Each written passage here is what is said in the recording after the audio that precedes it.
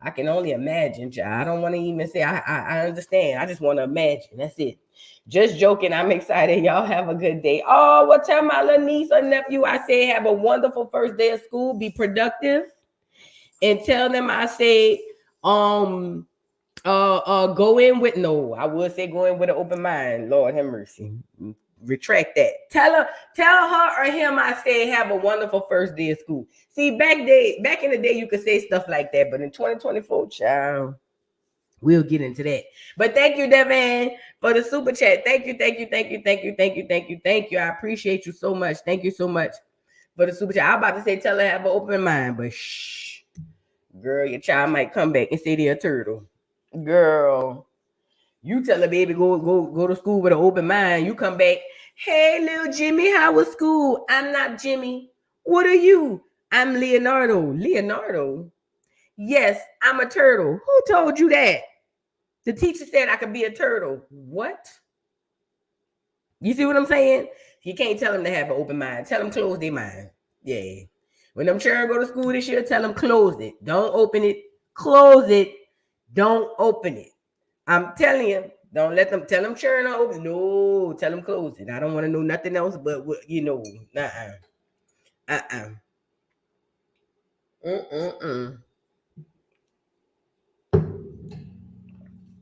But anyways, shout out to everybody who churn going to school. Shout out to everybody who churn going to school. Let's get into it, you guys. Let's get into what's been going on with this Olympic stuff. Let's get into what's going on with this Olympic stuff. You guys, if you haven't already, please like the video. Wait, before we do that, I want to show y'all something. Hold on. I want to show y'all something before we get to that. Hold on. I wanted to show you guys something.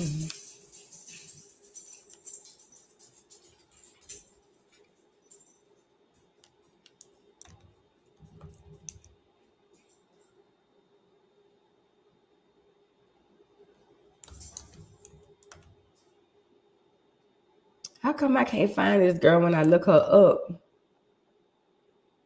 But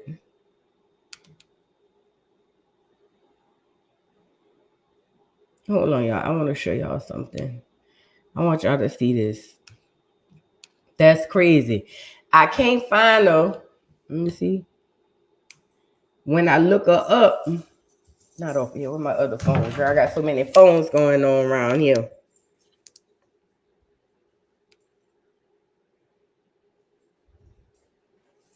How you look this heifer up? I want y'all to see this.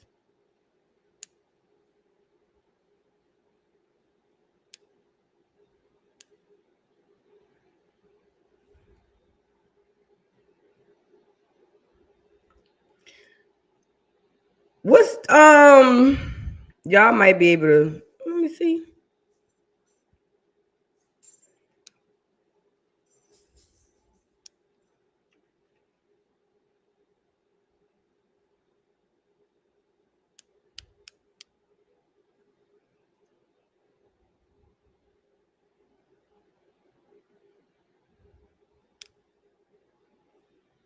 One second, y'all. I have to show y'all this. I want to show y'all this. No, I have to show y'all this. But I want to make sure I get to this girl page. What's let me see. I might can find it like this.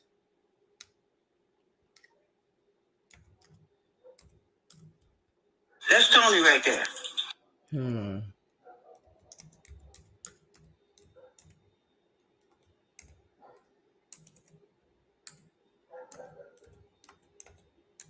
Sorry, guys. Sorry, guys. Bear with me. Like the video while we're waiting, please, if you can.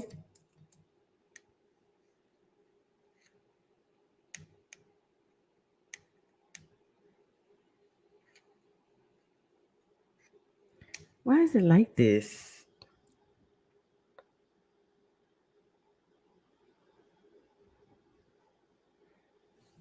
Damn it. Can I share it to my story? That's Tony right there. All right, I shared it to my story because I can't find it. I can't find this girl page when I search it. So what I wanted to show you guys was Tamar Braxton took to her Instagram and shared this video that I want to show you guys.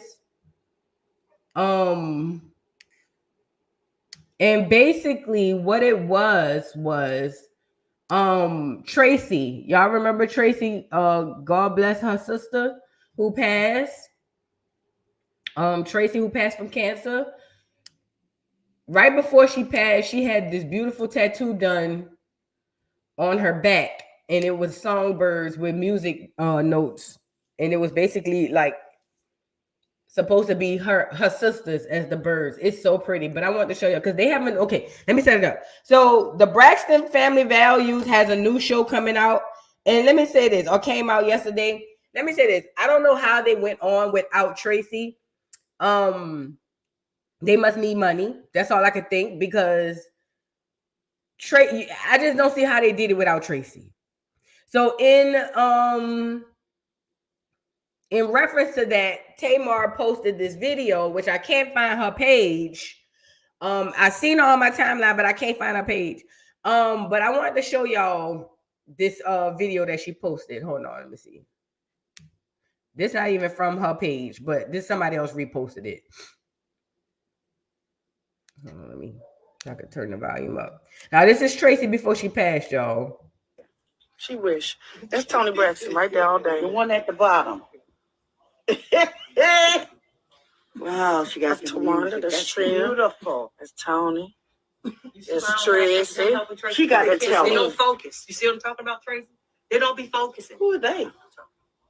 Who are they? I'm just saying, Traci. I'm trying to put the lotion on, and they looking at the. You told me to get the back, and what you want me not to react to the song that's on her? She got a whole song on her back.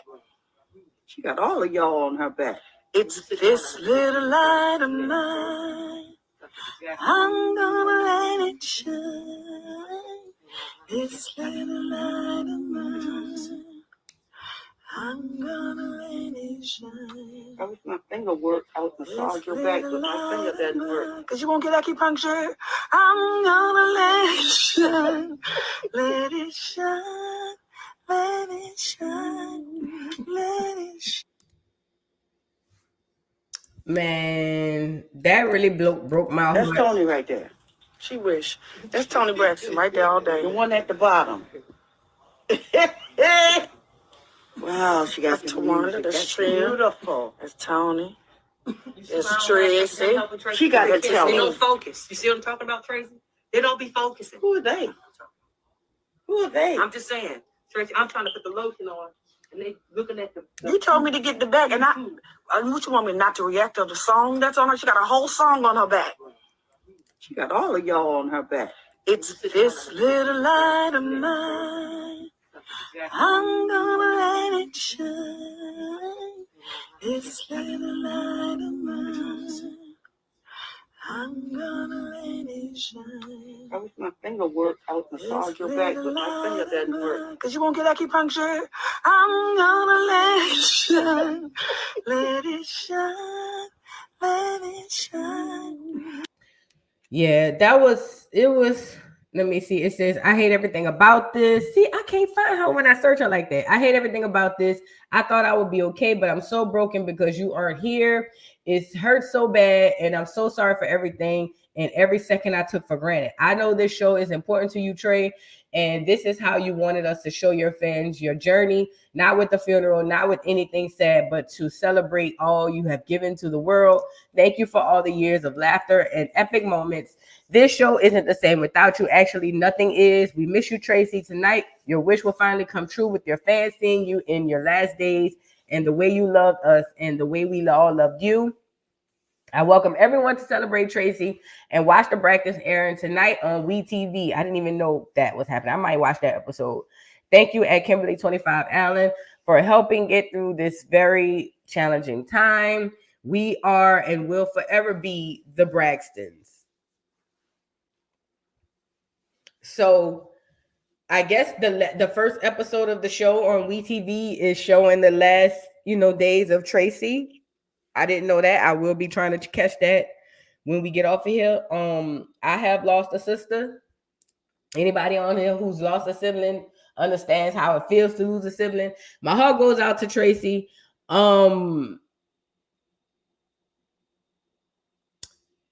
I ain't gonna lie, I was kind of like, dang, did they get rid of her? Like, you know, ritual type Teaz. I thought about that too.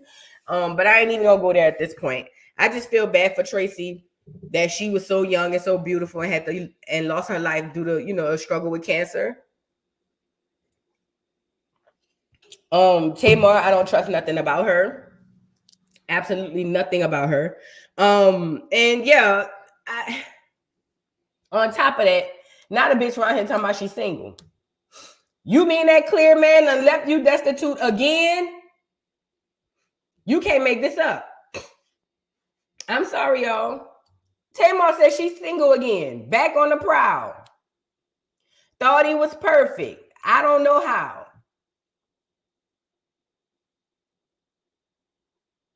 This woman done almost committed the big S and everything behind this clear soul team. And now she around here saying that she's single again and back on the prowl.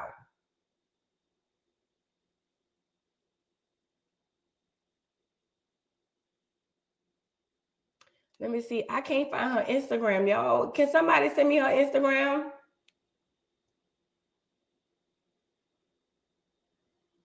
But she said, let's go here because I'm on Twitter. Oh, that's old. No, that's new.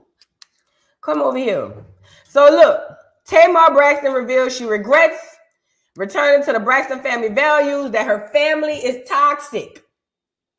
Now, this is the four of them. Go ahead on, Trina. Go ahead on. All right, look.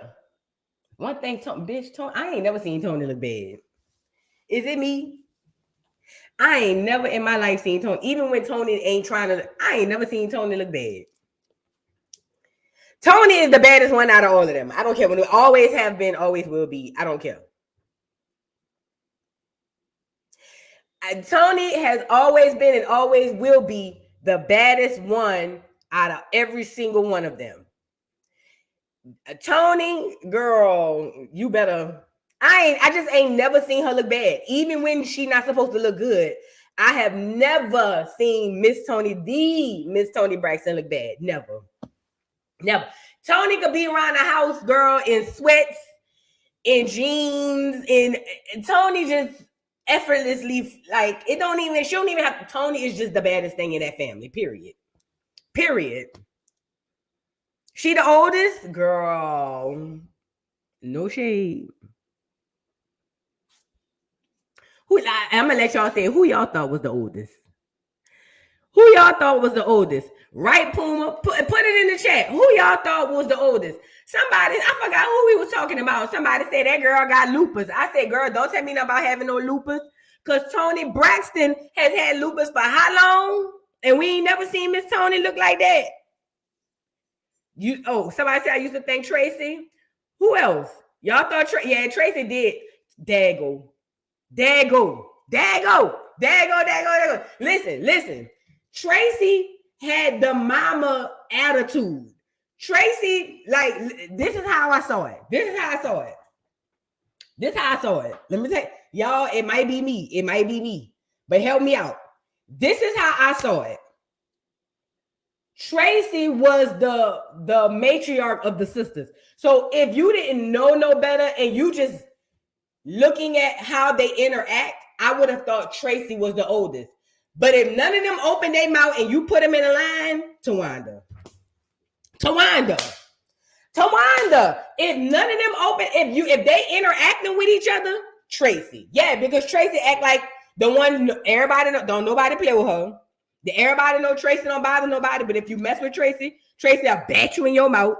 You know what I'm saying? Blah.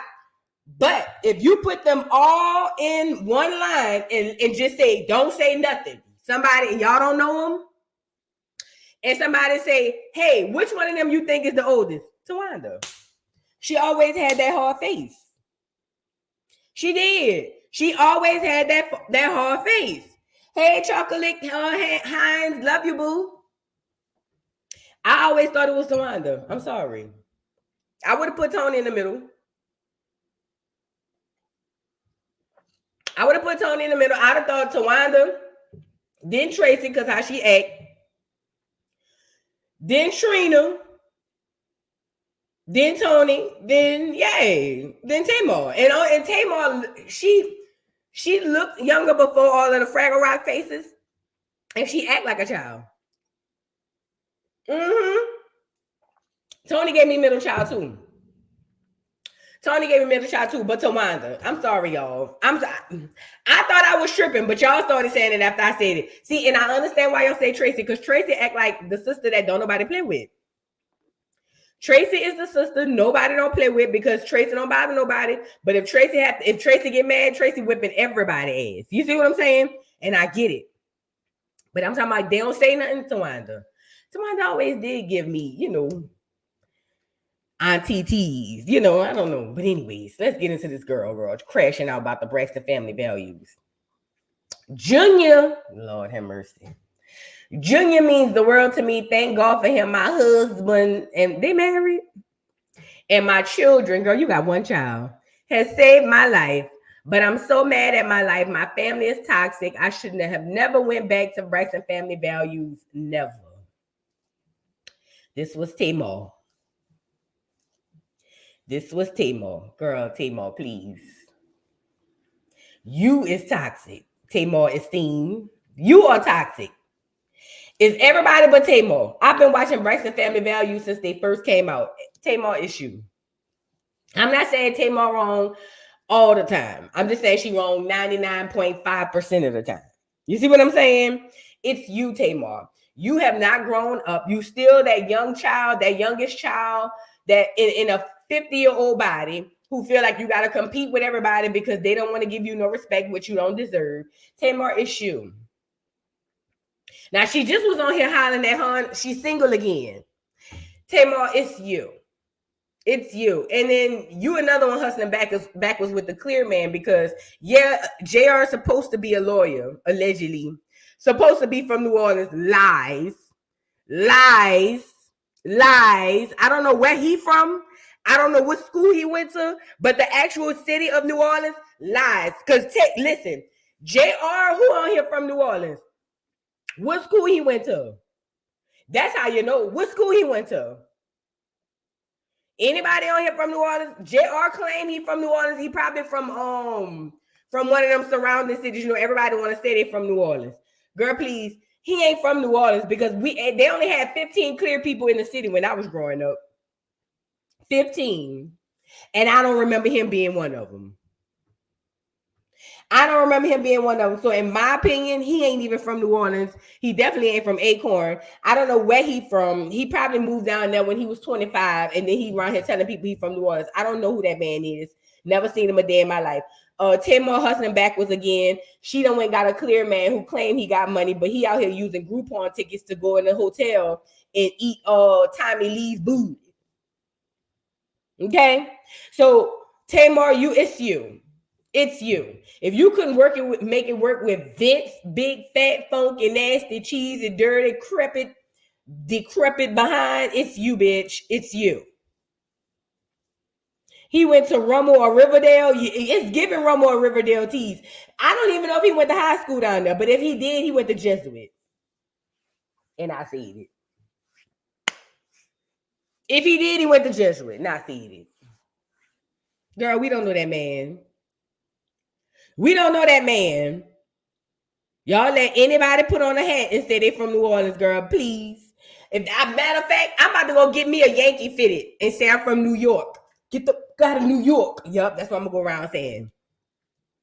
Yup, I'm about to go get me a Yankee fitted. And some Timbs. I'm going to get some Timbs. What else I need? I need a Yankee fitted. Who on here from New York? Some Timbs, a Yankee fitted, and a puff jacket. And I'm gonna wear that all year round. Sure it is. And I'm gonna go say I'm from the boogie. No, I won't be from the boogie down. I'm lying. Let me take that back. Ain't from the boogie down. I'm gonna say I'm from Queens. Oh, and a do-rag. Thank you, Leslie. I'm gonna go give me a do-rag too to put under my fitted. Yeah. I changed my mind. I want to be from Brooklyn. Is BK and Brooklyn the same? Because y'all got too many places out there. Girl, Bed-Stuy. I don't know. Where Kim said, welcome to Brooklyn. No, what she said? Welcome to Bed-Stuy. Where niggas either do it or don't die. Yeah, I'm from Bed-Stuy. And I don't want nobody to tell me nothing because I'm going to put my hat on. Okay? With that being said, girl, Tamar, shut your ass up. Shut up, bitch. Shut it up. We don't want to hear that. Girl, it's you. They say I need a big Rolex watch and a chain. Yes. BK is Brooklyn. BX is Bronx. Girl, that's too much. I'm from Bed-Stuy. It's too much. I'm from the Bed-Stuy. No. I'm from Bed-Stuy. Is that in Brooklyn? Brooklyn, home of the greatest rapper. Big come first, then the queen comes after. That's gonna be me. Now put your lighters up. They say Bed-Stuy is in Brooklyn, so that's where I'm from. So when I come on here every day and I say Brooklyn, home of the greatest rappers. Big come first, then the queen comes after. Don't nobody from New York say nothing, because that's where I'm from. If JR could put a Saints hat on and say he's from New Orleans, I'm from Bed-Stuy. Nah, let's move on. If JR could put a hat on and tell y'all he from New Orleans, y'all be like, oh, he from New Orleans. And don't nobody in New Orleans know him. When I put my Yankee fitted on, don't nobody say nothing from New York. Just put the green lady in the chat when I come on with my hat. Don't say nothing. That's where I'm from, and I see what I see. I just got to learn how to talk. How y'all be talking. See, when I get that accent down, oh, girl, y'all really gonna be mad at me. See, when I put the accent on, girl, don't tell me nothing. Can't nobody tell me nothing. Get the fuck out of New York. That's what I'm gonna be saying. And I said that part. You know what I'm saying? Because I'm tired of this. Y'all let anybody tell y'all anything. So at this part, if y'all gonna let them tell y'all that, then I feel like I can say what I want to see. And I'm from Bed-Stuy. Nah, who gonna pop me? No, don't answer that. Because somebody in Bed-Stuy might really pop me. So no, I'm not asking who gonna pop me. What I'm saying is I'm from there, okay? That's right, Thule. Dead ass B. That's right, Thule. Thule. Dead ass B. Dead ass B. Dead ass. Yup. Dead ass B. Dead ass. Oh yeah, Bozo. I gotta say Bozo now. I'm saying Bozo now. Yup. Dead ass B. Dead ass B. Yep. But anyways, word to your mother. Is it mother with a V or with the TH? Nah, I mean, y'all helping me out.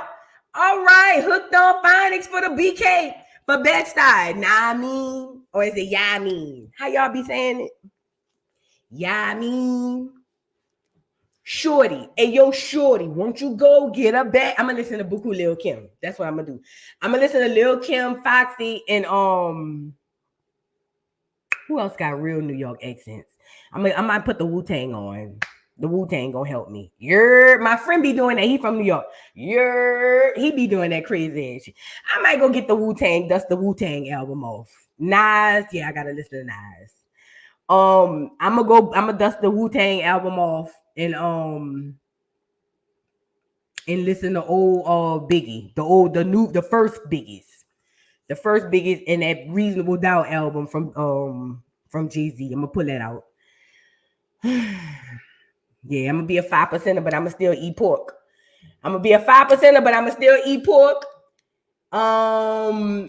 Yes, Eduardo, I will be a 5%er, but I'm gonna eat a little pork every now and again. I'm gonna eat a little pork, and but I'm not gonna tell nobody though, because they don't like nobody to know. But I will be eating a little pork. I will no longer subscribe to the Christian base. I will be a 5%er. I will say I pray every Ramadan, even though I don't. I will tell everybody I'm fasting, even though I'm not. I will tell everybody I'm Muslim and never visit a mosque. I will say I study the Quran, even though I don't own one. What else would I do that the people from New York do? I will swear I'm better than everybody, even though I'm not. I will feel like I could beat everybody up, even though I can't. I will, what else do people from New York do? You know, things of that nature, things on that line of thinking and thought processes. That's what I will be doing. And as long as I got my Yankee fitted on, my puff jacket, with my do-rag under my fitted and my Timbs, can't nobody tell me nothing. And I said that part. Yeah, so with that being said, we gonna call it Voo York. It ain't New York no more, it's Voo York. Oh yeah, Voo York from Voo York. My voice ain't back yet. My voice ain't back yet, but when I get it back, it's gonna be Voo York, Voo York, Voo York. Chopped cheese. Ain't that a hamburger with some cheese on it? Going down to the bodega. See, I ain't never been to a bodega. I'm going to the bodega.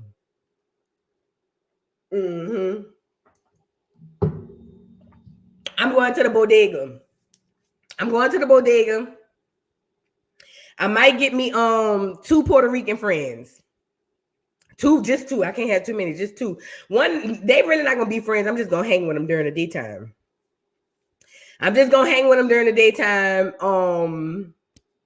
Yeah, I'm gonna give me about 2 Puerto Rican friends. What else I'm gonna do? What else they be doing up in New York, girl? Just being outside when it's cold. Just be outside. It's cold. It's cold outside. And they just outside. And they don't have no grass. We just outside sitting on the stoop. Like on Crooklyn. Y'all remember on that movie Crooklyn? And she was like, oh, she got pretty hair. Talking about the Puerto Rican girl.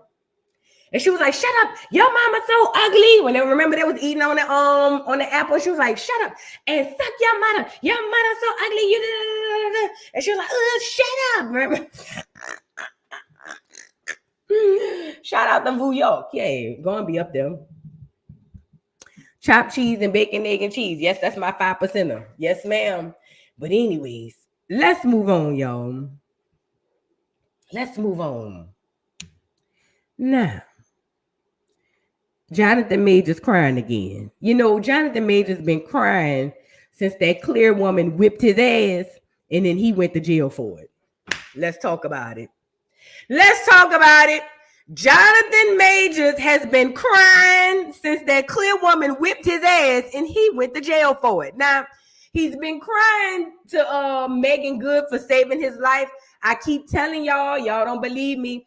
These niggas go from titty to titty, but they end up back on a brown one. They never leave out on them. They might venture off, but they all come back to the brown one, the one that birthed them. So now he's over there crying with Megan Good again, girl. Talking about she done saved this life, girl. Sometimes y'all gotta let these niggas jump off the cliff, but here we go, I guess. Let's get into Jonathan Majors crying again, girl. He crying. Girl, let's get into it. Come on, Jonathan. And look at her crying too, girl. Both of y'all actors. I don't believe none of y'all. Hollywood Unlocked had a party, and they gave away awards. Let's get into it. I love you. I love you beyond all limit. With all my strength. With all my heart, I love you. I'm supposed to be this tough and strong when you done carried me so many nights. I love you. Through the fire. Girl.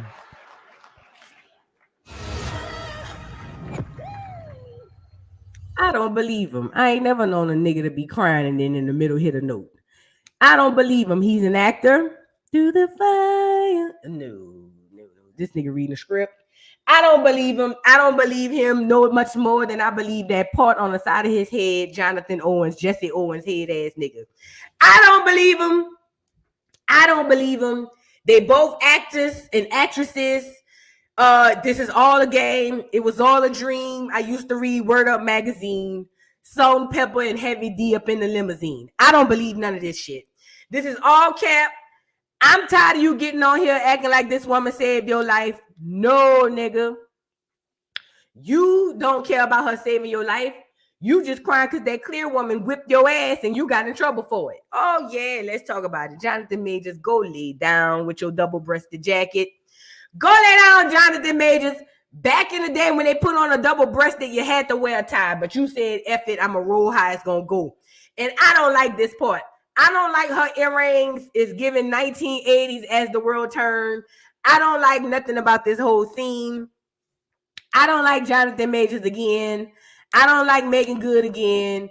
She's giving Mammy of the Mammy. Saying he's sweating under the underarms. Look at this. That's how you know he acting. He don't know if it's going to go over well. Look. Never trust a nigga who perspire with that type of money under the arms. Do you hear me? He could go get some Botox or something to fix that, but he didn't. Look at this. You never trust a nigga like that. He got the money to fix that. That tells you he lied for no reason because he has a reason to fix it, but he won't. Okay? So with that being said, Jonathan Majors, we don't believe you. We need more people. Okay?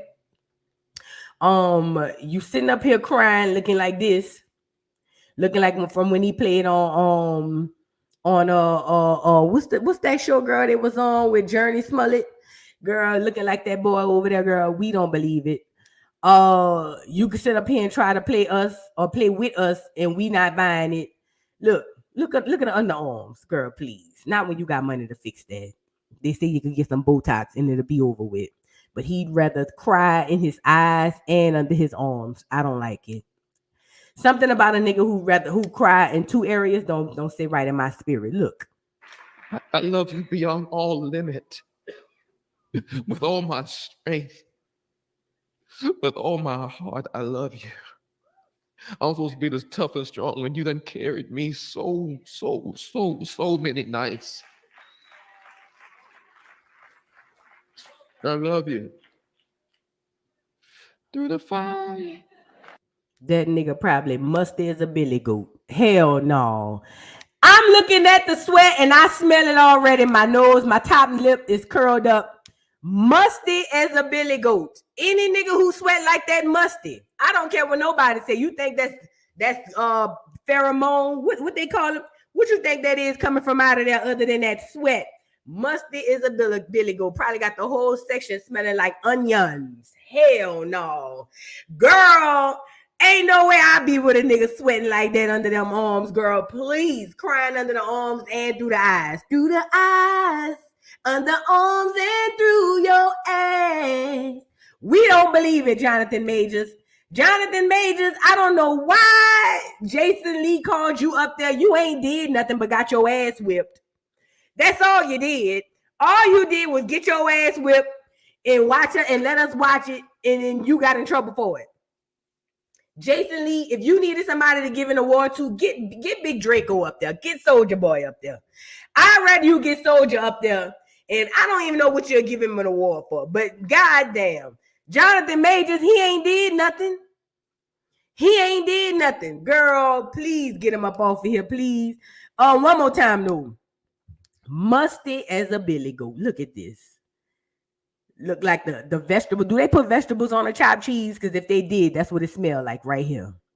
Onions, bell peppers, mushrooms, and garlic.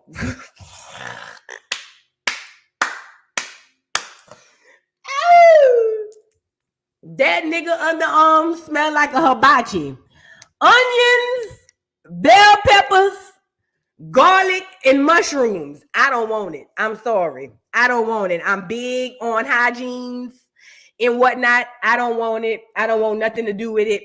I'm pretty sure that ride home, the driver probably be wanting to crack the window, but he probably don't like the air from outside. It smelled like a pile of onions, sir. Did y'all stop and get a Subway sandwich? No, why'd you say that? Oh, sorry, I smelled some onions. Oh, no, it ain't onions. It's just Jonathan. It's Big J. That's all. It's Big J. Jonathan, go lay down, please. Please, Jonathan. Please. Please. They say you're around there smelling like a vegetarian. Go, please, lay down. We don't want to hear that shit. And I don't like the part on the side of your head. This ain't Red Tails. I don't want to hear this shit. Get off of here, Jonathan Majors. Get off of here. Okay. With that being said, I'm not buying it. Like I said before, Jonathan Majors is full of shit. But he got his ass whipped and got in trouble for it. So, you know, I guess the universe has a world of making us, or has a way of making us all laugh, I guess. Hee. Like the video, y'all. Like the video. Like the video. Like the video. Now, let's get into this Olympics, girl. Where do we want to start? Where do we want to start? Girl, so hold on. Let's start with the breakdancing. Let's start with the breakdancing. Now, I ain't gonna show no video because the Olympics, they be acting like a little biatch. So hopefully we can get a still shot, girl. Did y'all see the lady from Australia? Please tell me y'all saw the lady from Australia. Please tell me, somebody, if you can. Hold on. Tell me, y'all seen the lady from Australia. Now, they say this lady has a PhD in breakdancing. You know who else got a PhD in hip-hop? You know who else got a PhD in hip-hop? Amanda Seals. She sure did. She's no different from the Australian breakdancer. She also has a PhD in hip-hop. Shout out to learning about hip-hop through school, right? Shout out to Amanda Seals, bitch. You know I don't like that hoe. Yeah, bitch. And she want people to listen to her. I have a degree in hip-hop. So you should listen to me because I have a degree. I might know more than you. No, bitch. I don't have to go to school to know about hip-hop. Ho, it run through my blood. You fucking runaway. You runaway. Don't tell me you went down to a schoolhouse and let them clear people teach you about no doggone hip-hop. We don't need no PhD. It's in our blood. Okay? Yes, a real major chocolate bunny. Yes, ma'am. Yes, ma'am. Now, every foundational Black American, as we want to call yourselves, now, and one of us got to go down to a schoolhouse and get a PhD in no goddamn hip-hop because it's in our blood. It run through our mama and daddy blood. It run through our grandma and grandpa blood because that's where it all come from in their mama and daddy. We don't need to go down to no schoolhouse and get no doggone degree in no goddamn hip-hop. Oh, she don't have a PhD. Thank you, JM. It's a master's. Girl, it don't matter. We don't got to go down to no schoolhouse and get one. She is, and foreigners like her, the only ones got to go get it. Now, this what blew me. As I went to watch the thing, I said, well, where's the niggers? I think I might have saw somebody post one on TikTok, maybe two. I don't know. But as you can see, it's a bunch of Chung Lees in baggy clothes that done been on TikTok the past 3-4 years that done made it down to the Olympics. Now, allegedly, they said, I didn't say it, but they said that they're not doing it in, what's the next one? 2028. They say the Australian lady done messed it up for everybody. And you know what? Shout out to the Australian lady. We're going to get to her. But shout out to her. I don't blame her. What her name? Ray Gun? It's y'all wrong. Ray Gun did what... Listen. Ray Gun not wrong, but we're going to get to her. Here go Chun-Li. She went to Crew and got her some baggy cargo cargo pants. She went to the nearest Nike outlet, got her some shoes, and she went and borrowed her daddy's sweatshirt for when he be working outside.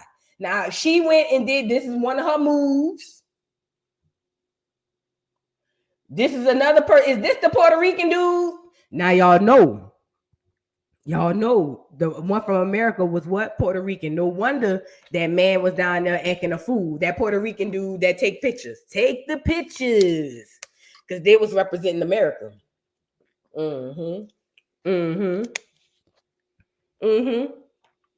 And I still see some black content creators running around here saying that Puerto Ricans helped with the creation. No, they didn't. What did they contribute? What did they contribute? Show me what they contribute, and then we'll say they helped with the creation of or even the development. If somebody in the chat or somebody somewhere down the line can tell me what they contributed from Puerto Rican culture to hip hop, then we'll have a discussion. Other than that, we don't believe it. Okay. Now, is this the black man from France right here? Because I think this the Puerto Rican. Is this the black man from France? I don't know. Look at her. Look at her. They all went down to the nearest doggone crew. Rouge. What is it? They all done went to their nearest Nike outlet. What is this? Girl.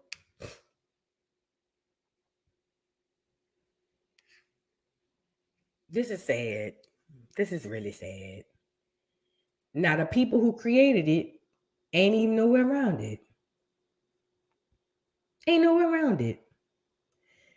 The people who literally created it ain't nowhere around it. I don't care about no black France, no black crepe eating ass nigga. I don't care about him.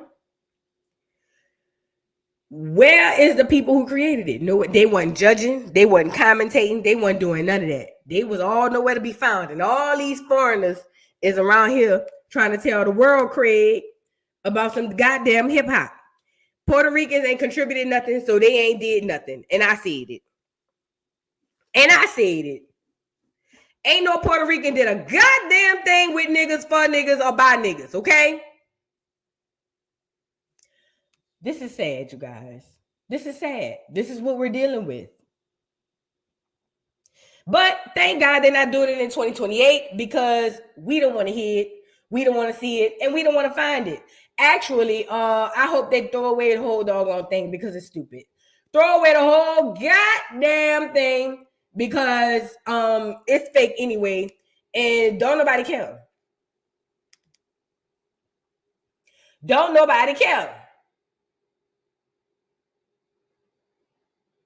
I wonder if this is going to get me struck. Let me say this too. Wait. Let me show y'all this. Tell me if this is not true, Acorn. Acorn, tell me if this is not true about the Olympics. This as a Black American during the Olympic season is why it's like the difference between us and all these other Black countries in the diaspora, right? Black Americans, you know for a fact, we're conditioned, right? First, we root for the Black people on Team USA, and then right after that, we're rooting for everybody Black. We want everybody Black to win. You know what I'm saying? But these other Black countries, whether it's in Africa or the Caribbean, they're rooting for their own country and then rooting for every other country to beat us. They're never rooting for the Black people on Team USA. Why is that? Whereas Black Americans, we want all the Black people to win. We want all Black people to win. But these other Black countries, they don't want us to win. Matter of fact, they're hoping and praying we lose. What's the disconnect? Why, like, even on like Black Americans, we're just trained like that. Even on game shows, bruh, we just want Black people to win. Even that, and then back to the Olympic level, we want all these Black countries to win. We want our team, our Black people to win.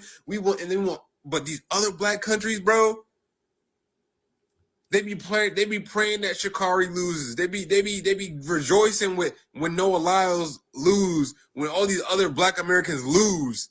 They be like rejoicing. I'm like, what the fuck? But then we be cheering when Nigeria do good and when Jamaica do good. But then when we go down, it's a celebration and nobody rooting for us. Why is it so different? One thing I noticed as a Black American. When I tell you, I thought I was at church when I was saying, you better preach. Take your time, brother. Take your time. Listen to me and listen to me good. Because I find myself doing that during the Olympics. Girl, I was watching the 1,500 meter. You know them hoes went around that track about 1,000 times. And when the clear people was getting up front, girl, it wasn't even an African-American or Acorn or FBA person in the race. I'm saying, come on, Ethiopia. Come on, Kenya. Kenya, where you at? Kenya. I'm rooting for Kenya. Rooting for Ethiopia. When only time I root for Black Americans over anybody is when we running. But when we not running, or if I feel like we already lost, I'd be like, well, come on, Jamaica. Come on. Get up in here, Jamaica. Well, come on. I'm like, okay, anybody black. I don't care if you from Great Britain. I don't care if you from France. I don't care where you from. If you got melanin, I want you to win. You see what I'm saying? But when it's flipped on the other side, them people be wanting and waiting for our downfall. Like, they want us to lose. And I did some more research and found that people feel like Black Americans are arrogant. And we are. But like Remy said, I'm conceited. I got a reason. Okay? Now, I don't think that it's wrong to feel like you have pride in your country. And let me tell you why that's a bunch of cap. Because when everybody else talk about their country and, oh, I'm Nigerian, I'm from Africa, I'm from here, I'm from there, da, da, da, da, and y'all talk about the pride in your country, nigga just take it and be like, oh, okay, that's what's up. But as soon as it's us, y'all get the cutting up.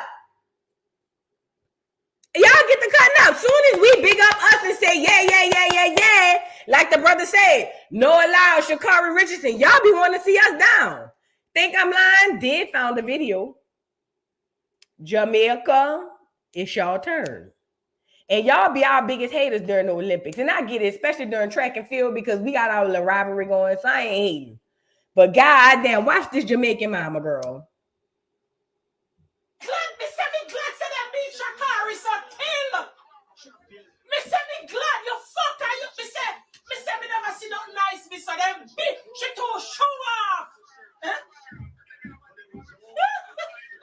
Now that ain't what they mean. Let me gag you up. This ain't even Jamaica. This the St. Lucian girl. Listen to the Jamaican mama, girl. Jamaica didn't even win. This the St. Lucian girl. Oh, mind you, no shade cousins down in Jamaica, but y'all ain't win shit. Ooh. Yeah. Oh, watch the Jamaican mama, girl.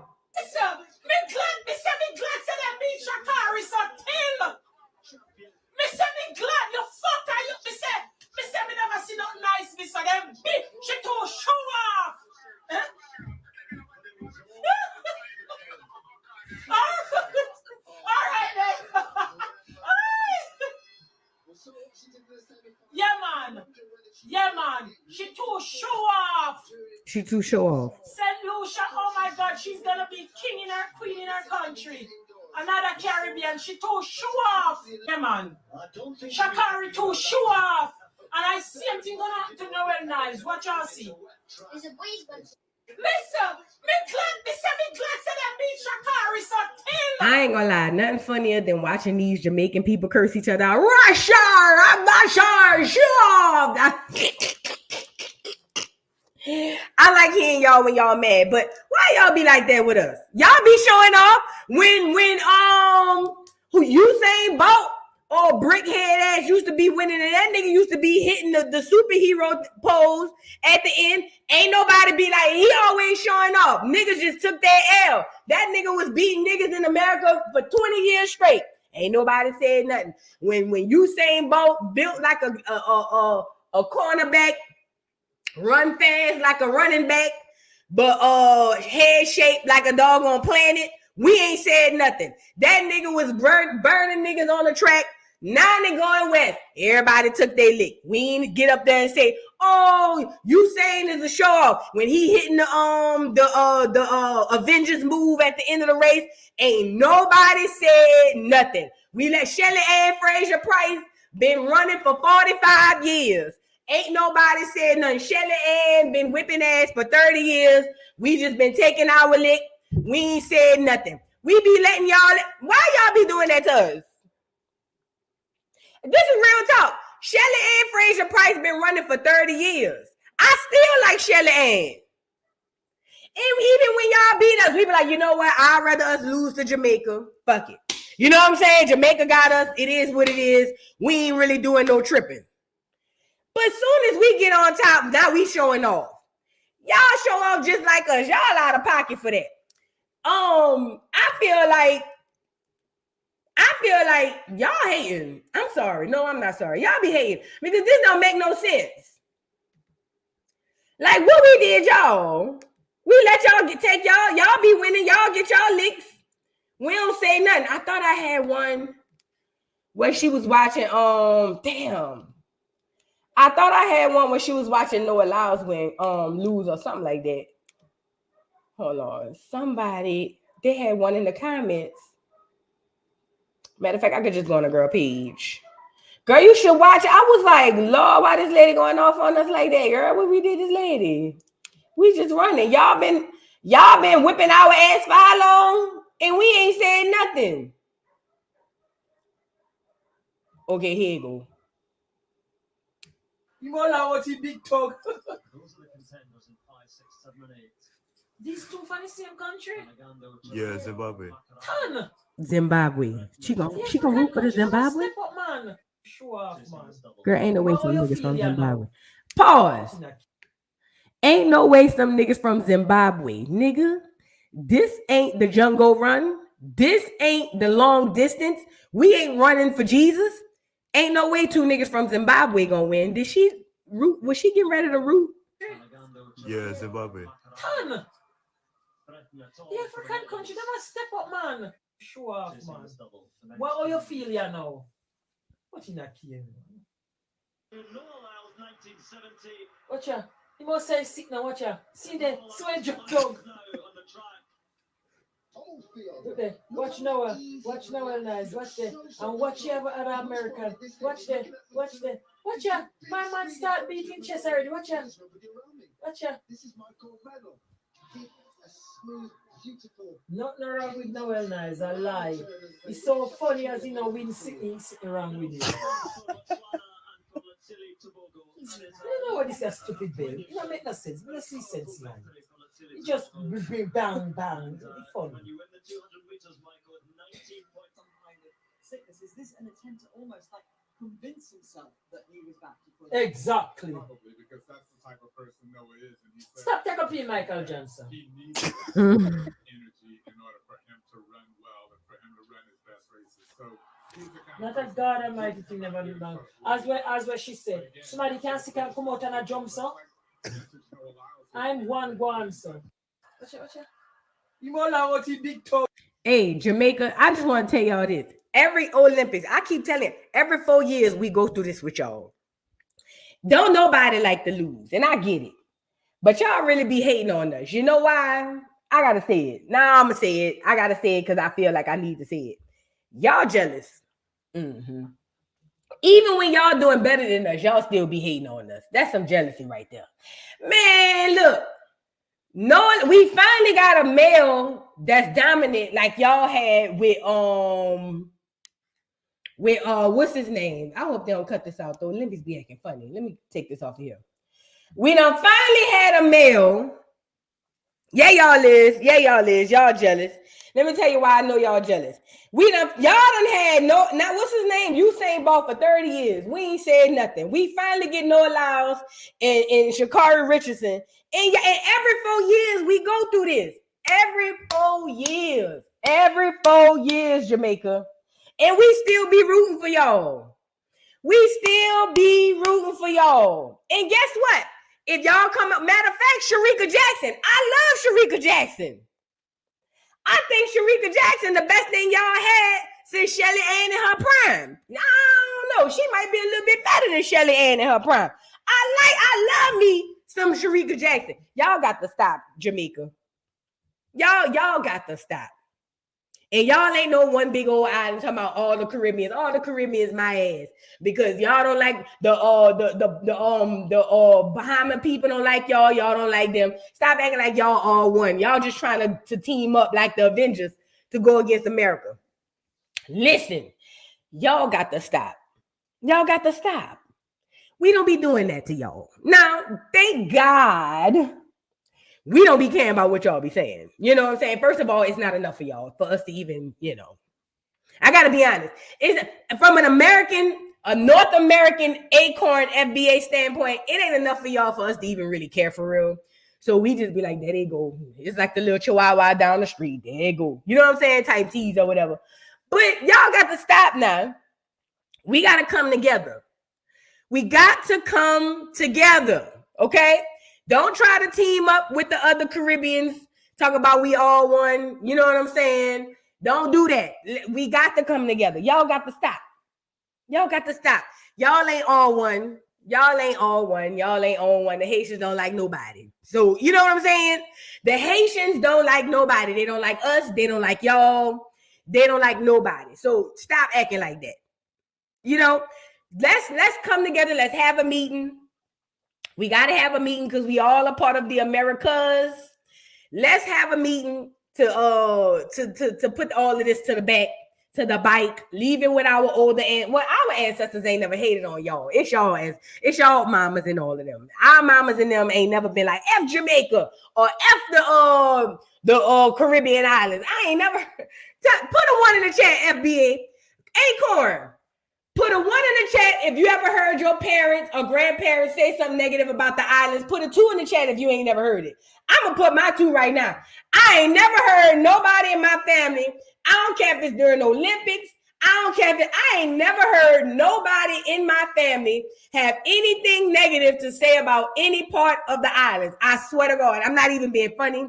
I ain't never heard them say, "Oh, don't bring none of them island people home." I ain't never heard them. I ain't never been watching no games or no Olympics or nothing with them, and they be like, "F the Jamaican people." I ain't never heard them say they think they did. I ain't never heard it. Look at all them tools. Look at all them tools, y'all. Look at all them tools. I ain't never in my life. Now, maybe if you're from New York, I don't know, y'all a different breed. Maybe Florida, because they got a lot of them Caribbeans out there too. I'm talking about the rest of FBA. I ain't never heard my mama, my grandma.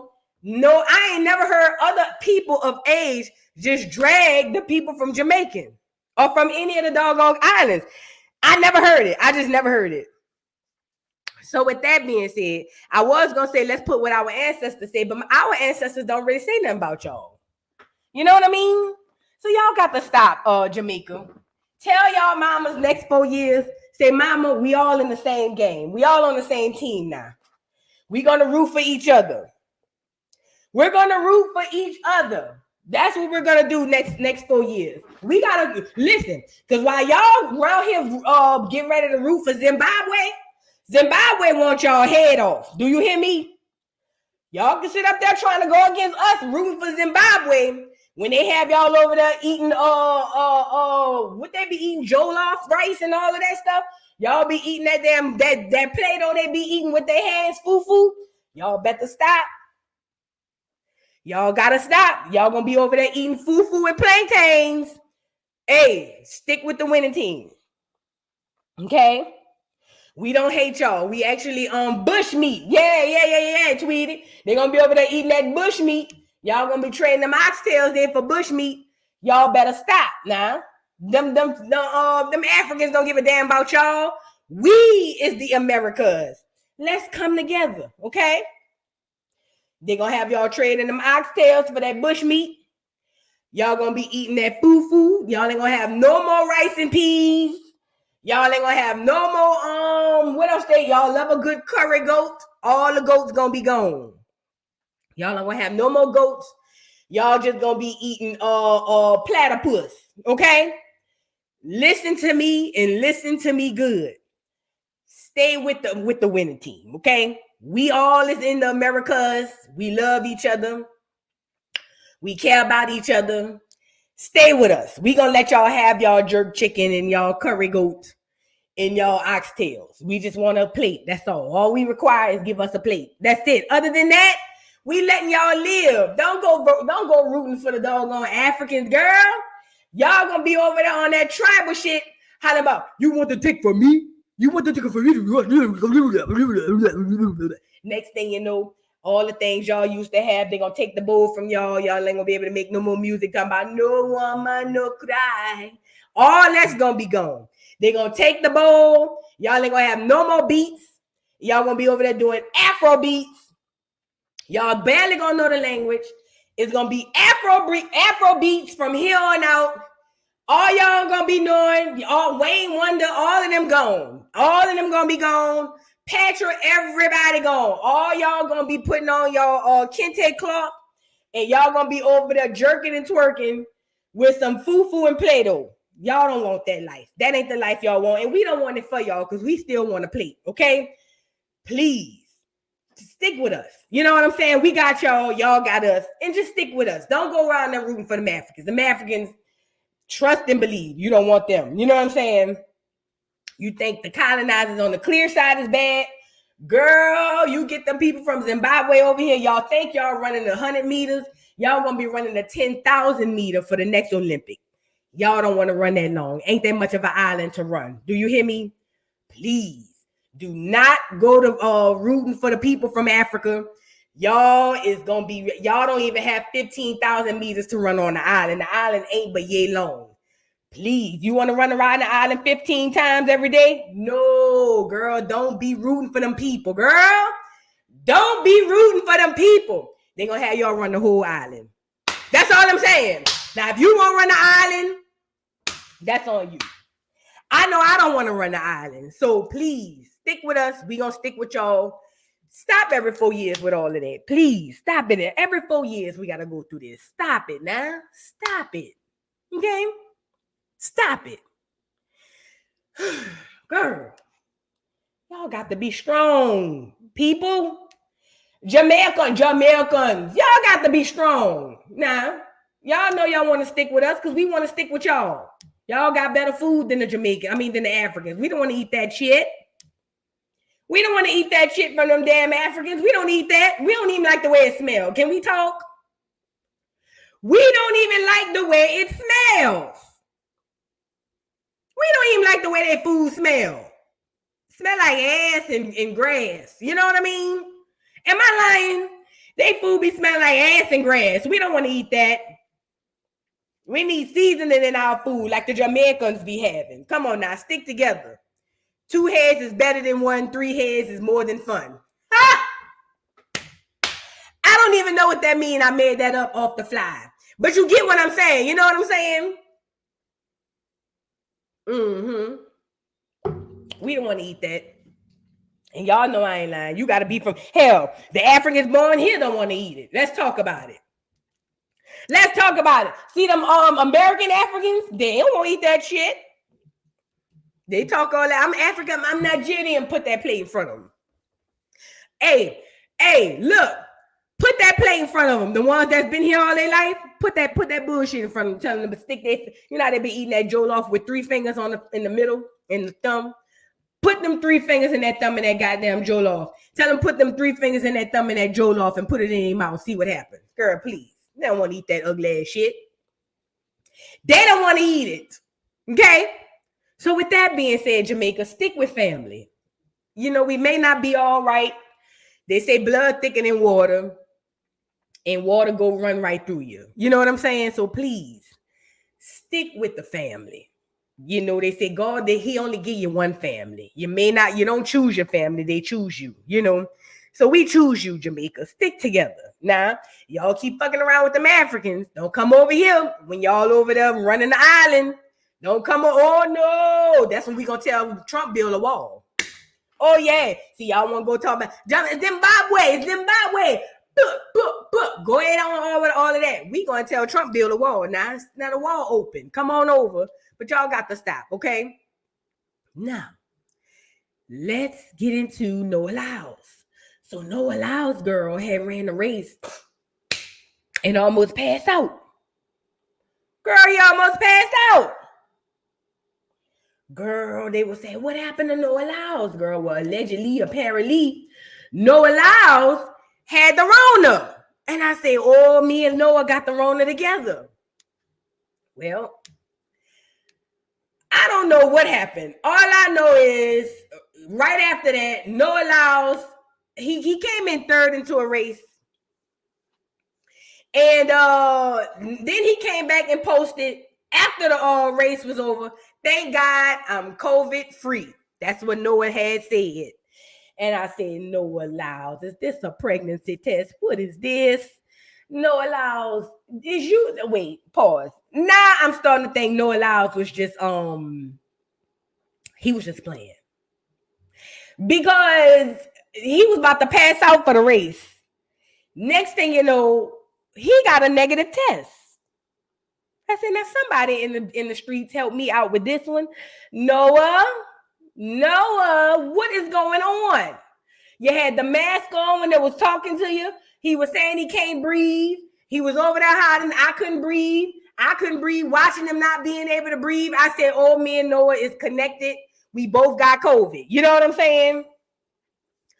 Whole time, this nigga was setting it up so he can miss the race and party at the club. Girl, look at Noah. Look at Noah, bitch. Look at Noah. Noah. Billie Jean. Oh, Noah. No wonder the people around here saying you full of shit. Noah, what is going on? They had to carry you out on the ambulance. Now he at the club. You feel me? Talking about Michael Mary, Billie Jean. What the hell is going on with this bedazzled jacket? Noah Lyles, who put the beads on your jacket? Noah, what is going on? Where's your mama? Your mama been here the whole time. Have y'all watched the show Sprint on Netflix? If you haven't already, watch it. It's a real good show. It's about Noah Lyles. It's about all of them in the Olympics and stuff, but it's focusing on Sha'Carri, Shericka Jackson, Shelly Ann, Noah, and a boy from Great Britain. I love him, Hughes. I love him, the black boy from Great Britain. I love him. But Noah Lyles, where's your mama? Now, you done sat up there and told us that you have the Rona. You said you couldn't breathe. They had carried you out on the ambulance. We all had you in our thoughts and prayers, even me. And then turned around, you at the club. I said, now something's going on here. And they said, girl, he got the Rona. I said, he just posted the results. And I said, I knew it. That nigga was lying. It's survival.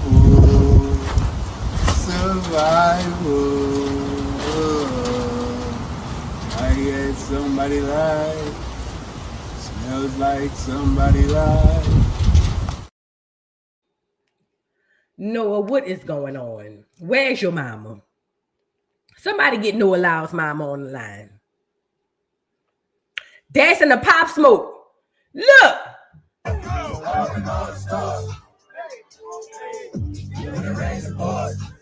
Talking about when it rains, it pours. With blue nail polish on, red and white, and bedazzled in his hair, his jacket, and his nails. Noah, what is going on? First of all, it looked hot as it's giraffe piss in there. And look at his partner put the flag on him. It looks so hot. Noah, if you ain't want race, just say that. Noah, if you didn't want to race, just say that. Now, no wonder the people around here thinking you was lying the whole time. Hell, I'm thinking you was lying because me and you caught the Rona around the same time. I'm still recovering. You in there dancing to Pop Smoke.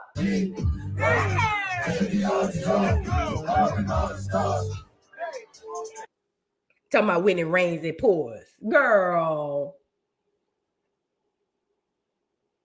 At L'Arc Paris.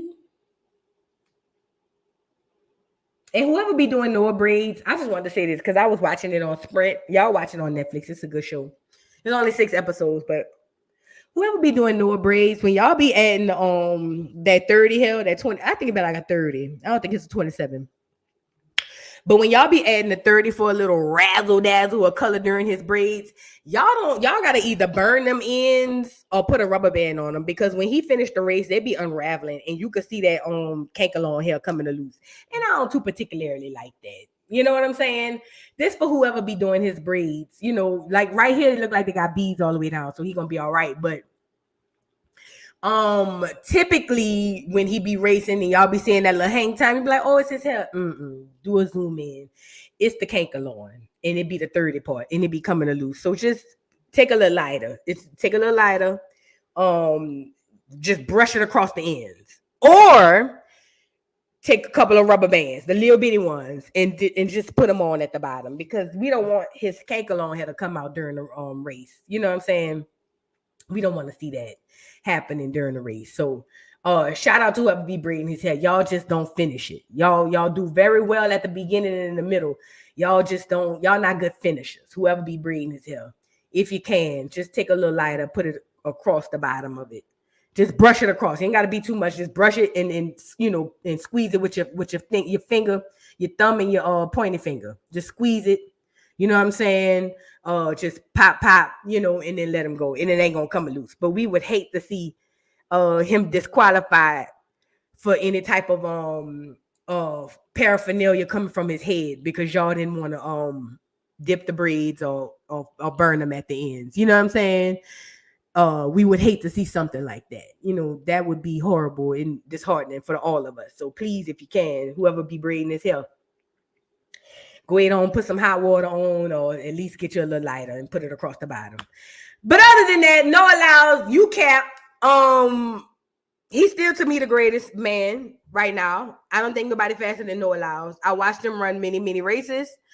Yeah, Noah is the best, but Noah, I'm side-eyeing you. Let me tell you what I believe. Y'all know I'm a conspiracy theorist, so let me pull out my crazy.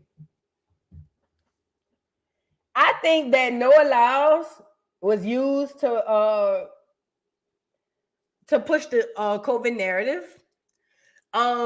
Because remember, he got it and had to go out, and it's not to say COVID isn't real. Obviously, we know it's real, but here comes the propaganda. We got an election coming up. We have not only an election, we have a whole bunch of things coming up, and they need to push this other form of biochemical warfare. Okay. We need to push this other form of biochemical warfare. But before we get to this, before we move off the Olympics, I want to show y'all one more thing. Sorry, y'all. I'm going to show y'all one more thing. Before we leave off of this, I got to get back to the breakdancing lady. I would be remiss if I didn't talk about this lady. Ray Gun. Her name is Rachel something. I can't remember her name. But either way, Ray Gun is an Australian who got a PhD in breakdancing, I think she said. And Ray Gun got on here, girl. I gotta only show y'all. Wait. I can only show y'all still shots, and even then they might get me. Girl, when Ray Gun did the scissor on the floor, I lost my mind. Girl, I don't want to. They probably gonna get me anyway. Fuck it, we outside. They probably gonna get me anyway for playing that part that was on the TV. But look at Ray Gun, girl. People was mad at Ray Gun. They said that Ray Gun, basically, if she could make it, anybody can make it. But I feel like y'all was hating on Ray Gun, and let me tell you why. Ray Gun made it, and if I would have knew that I could have got there, you know what I'm saying, I would have tried to do something too. And Ray Gun came out there and did what she had to do, as she should. She got a free trip to Paris. She came on the boat. They had their outfits and whatnot. Look at Ray Gun on the ground. Yay. Everybody else eating. Why Ray Gun can't eat? Ray Gun was horrible. Ray Gun looked so bad. Oh, ma'am, you look so bad and you did so bad. Miss Ray Gun, I don't know who bucked you up to go over here, but whoever it was, they wrong for that and they don't care about you. Look at Ray Gun, girl. Look at Ray Gun. That was the one that did it for me. Bitch, when Ray Gun got under here and started swimming with no water, I said, throw the whole Olympics in the toilet. Do you hear me? When Ray Gun hit the ground and started swimming on the ground with no water. Do you understand? Listen, hold on. This was the part. Look at Ray Gun, girl. Look at Ray Gun. Go ahead on, Ray Gun. Don't let him make you feel no type of way. Look at Ray Gun. Now who gonna pop her? Now who gonna pop her? That's the question. Who gonna pop her? Nah.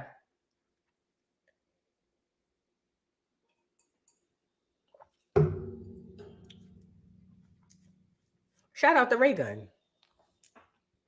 You know, people was making fun of her on TikTok, like, oh my God, if Ray Gun could do this, then I could do that, and blah, blah, blah, blah, blah, blah, blah. But you did. Ray Gun did. Ray Gun, you did your big one. Shout out to you. And yay. I'm here for Ray Gun. Ray Gun looked a hot ass mess. She looked it so bad. Everybody out there in Australia should have kicked her off the boat. Matter of fact, they should have made her walk the plank on the way back. I don't know if they flew back or if they got back on the boat. But if we was flying back or if we was getting on the boat on the way back, I'd have made that whole walk the plank. Do you hear me? Y'all remember walking the plank when the pirate movies and the cartoons? Whenever you do something bad, they make you get on that little board that look like a diving board. And you walk all the way to the end.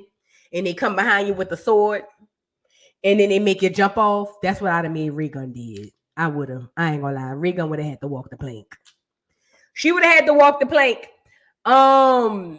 Ray Gun said, fuck it. Y'all gonna let me come out there? I ain't practiced. I'm gonna just go with the move. And she did. And she did. She did. I don't blame her. No, she ain't autistic. That lady got a PhD. That lady ain't no autistic. She's artistic. You see that art? You see that art? She's artistic. She ain't no autistic. That lady got too much money and too much sense. She said, I ain't even gonna practice. I'm gonna just come outside.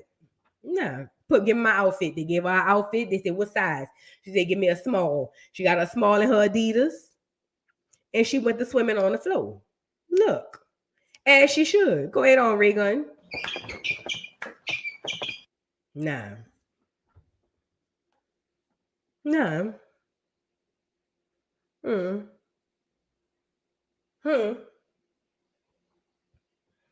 Now who mad? They call Ray Gun. They say Ray Gun.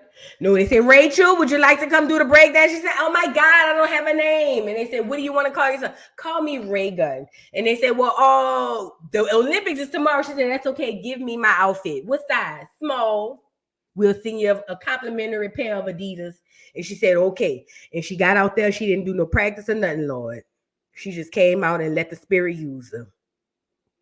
Yes, she did. She just let the spirit use her, as she should. You know what I'm saying? Shout out to Ray Gun. I just want to end on Ray Gun. Ray Gun swam with no water. She did everything she needed to do. Okay? Shout out to Ray Gun. Shout out to Ray Gun. Now, let's move on. Let's get on this Rona. So, as you guys know, it is bike. We were talking on Dollhouse. Well, I brought it up. Y'all know I've been suffering with it since really the first day. Let me tell y'all something, what the symptoms are.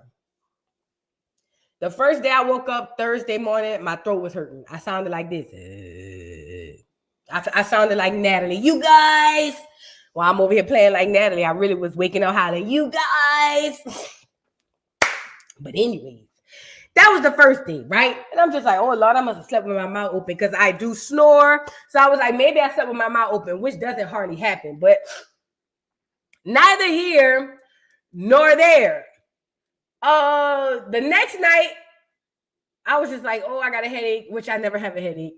Then the night after that, girl, my whole body was aching. Girl, I fell asleep with the heating pad and the massager on, and I couldn't get right. So I called my old man, and he was like, what your symptoms is? And he said, I ain't want to say nothing, but you sounded like crap. The other day, he was like, you got that new shit. I said, what? He said, yeah, you got that new shit. I ain't got nothing, blah.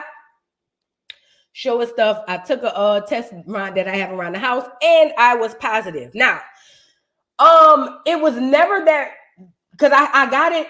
I got the Rona the first time before it all popped off. I did when I came from New Orleans. And I'm noticing just like now, every time there's a big event, that's when it all spreads. Also, I noticed for a while, we talked about it over on this channel,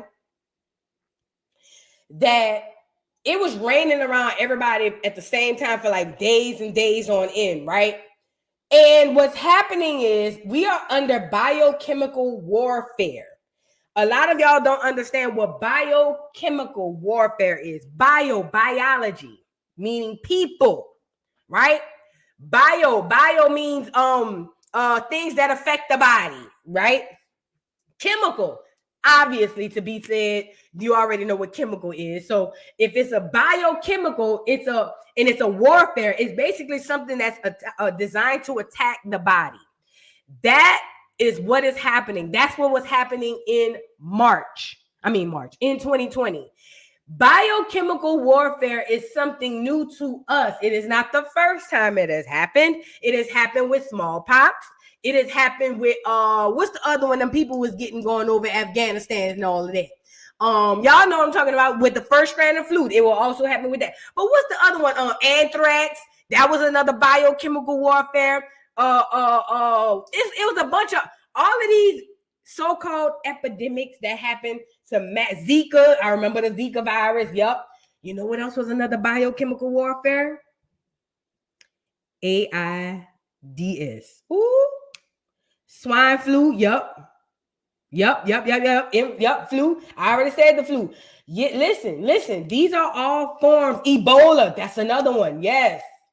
That's another one. Yellow fever. Yes. H1N1. These are all bird flu. Yes. Monkeypox. These are all forms of biochemical warfare.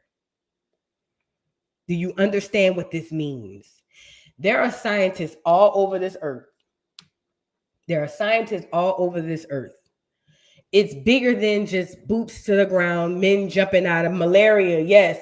All these other polio, all of these things. Zika, yes. Listen. There are people all over the world. Warfare happens in many forms. It doesn't just happen with guns, right? So what happens is, just like we got somebody in the lab that could cook up something that could drop on China or could drop on Russia or could drop on this, them people got stuff they use that could drop on us. Hell, let's take it a step further. Our government is cooking up stuff they could drop on its own people. Ooh, y'all ain't ready for that. Let me say that again. Our government have things that they're cooking up to drop on their own people and the enemy. Okay? So with that being said, people think that we are not at wartime. There's a reason why they recently just Oh no, I ain't stick the swab up my nose. What I did was they got one that the home test, you don't have to stick it all the way up. I just put it around the lid of my nose.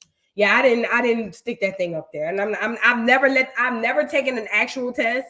Never, and I never will. Okay. The one I did, you just stick it around the lid of your nose, like around you don't have to stick it all the way up. I just stick it around there. But look, there are soldiers that come in many different forms, and their whole thing is to be able to cook up some stuff in case they need to drop something. I was watching it last night, but I fell asleep on it. Leave the World Behind. They dropped a whole bunch of stuff in that movie. Not only did they mess with the cars, y'all remember they had the Teslas running into each other on that movie, Leave the World Behind? Not only did they do that, they also had the doggone, something that happened where the boy's teeth was falling out. These are all different forms of, that's where I was going. Recently, they just said that they can draft, they just passed it, or we're talking about passing. Remember that they can draft your children up to age 25 or 20, don't quote me, boys and girls. Remember that? That typically only happens during wartime. Why would they bring that up? Because we're in war. We're at war right now. It's just that this one isn't televised. This one isn't propagandized. You see what I'm saying? I'm saying all that to say most of us are thinking, oh my God, it's just another form of the flu. And we're just thinking surface level, which most of us will. And I get it. But we have to start thinking further than surface level. This is deep. This is bigger than that. They are basically using stuff typically, for the most part, to take out us, the Black Americans. That's who they want up out of here. But for some odd reason, we like bombing a house full of roaches. You might kill some of us, but the majority of us still gonna be here. Okay? So with that being said, they are trying over and over and over and over and over and over to trying to find something that'll get us up out of here, but it's not working. Not only that, as a whole, these people want to get rid of a lot of us because they don't want all of us here. They feel like it's all these people that's taking up all the resources and all of these things, and they need to get us up out of here. Okay.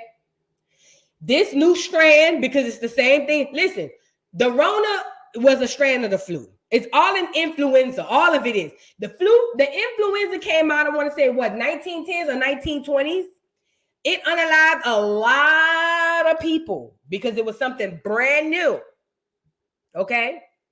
So with that being said, under the biochemical warfare that we're under now and have been under since 2020, now there's a new strand of this influenza like the one that came out in 2020. This is the sad part. A lot of us are going to get it. If you are extremely lucky, you're going to go this past next year and you won't even touch it. Lucky you. If you're lucky. If you are not one of the lucky ones like myself, you will probably run across this. I'm going to tell you what my symptoms were. Extreme body pain and headache. That was the worst part of it all. The headache and the body pain, the body ache. Ridiculous. Okay? Ridiculous. But what I will say is one thing that helped me, because I've always been doing it before, was I've been getting outside and getting in that sun, even when I was doggone, and I'm gonna still go outside today, even when I was weak. If I go sit out there for 10 minutes, that's fine. Go outside. Do not stay inside, trapped inside of no doggone, no sickness. Go outside. Diarrhea is another one. Yes. I'm gonna tell you what the symptoms are. And I'm gonna tell you from the parts that affected me the most. The aching was the biggest. The aching was like unbearable. Remember that night I told you I couldn't sleep. I kept tossing and turning and I kept hearing, you know what I'm saying? That was that night. That was the worst in the first night. The body aches. On top of that, I didn't catch a fever, but I had the chills. The congestion and the chills, I'd say went hand in hand because the chills kind of went and came and went. Whenever I would take some Tylenol for the pain, it would kind of relieve a little bit of the congestion until later on when the medicine wear off. The diarrhea is one of the symptoms, but it didn't really affect me as much. You know, this time I had it a bit, but not as much. Congestion, diarrhea, I didn't lose sense of taste or smell, so that wasn't that. But them body aches and them chills hit different. I've had the Rona, I've had the flu. This one, them body aches hit differently. I'm telling you now. Go outside. Go outside. The sweats. Yes, the sweats is another one. The sweats. Matter of fact, I sweat night before last night before last, I sweat so much. And that's part of the reason I went outside and started doing yard work yesterday too, which I probably shouldn't have because it made me a little weak. But I was like, I want to sweat. I want to get this out of my system. I want to sweat. And I drank a lot of fluids, drank a lot of water. Oh, and I did try the concoction that Rochelle told me. And it was some old cognac that I had up in here. But I put that in with some lemon and some tea and some and a little bit of honey. It was great. It actually was really good, actually. But neither here nor there.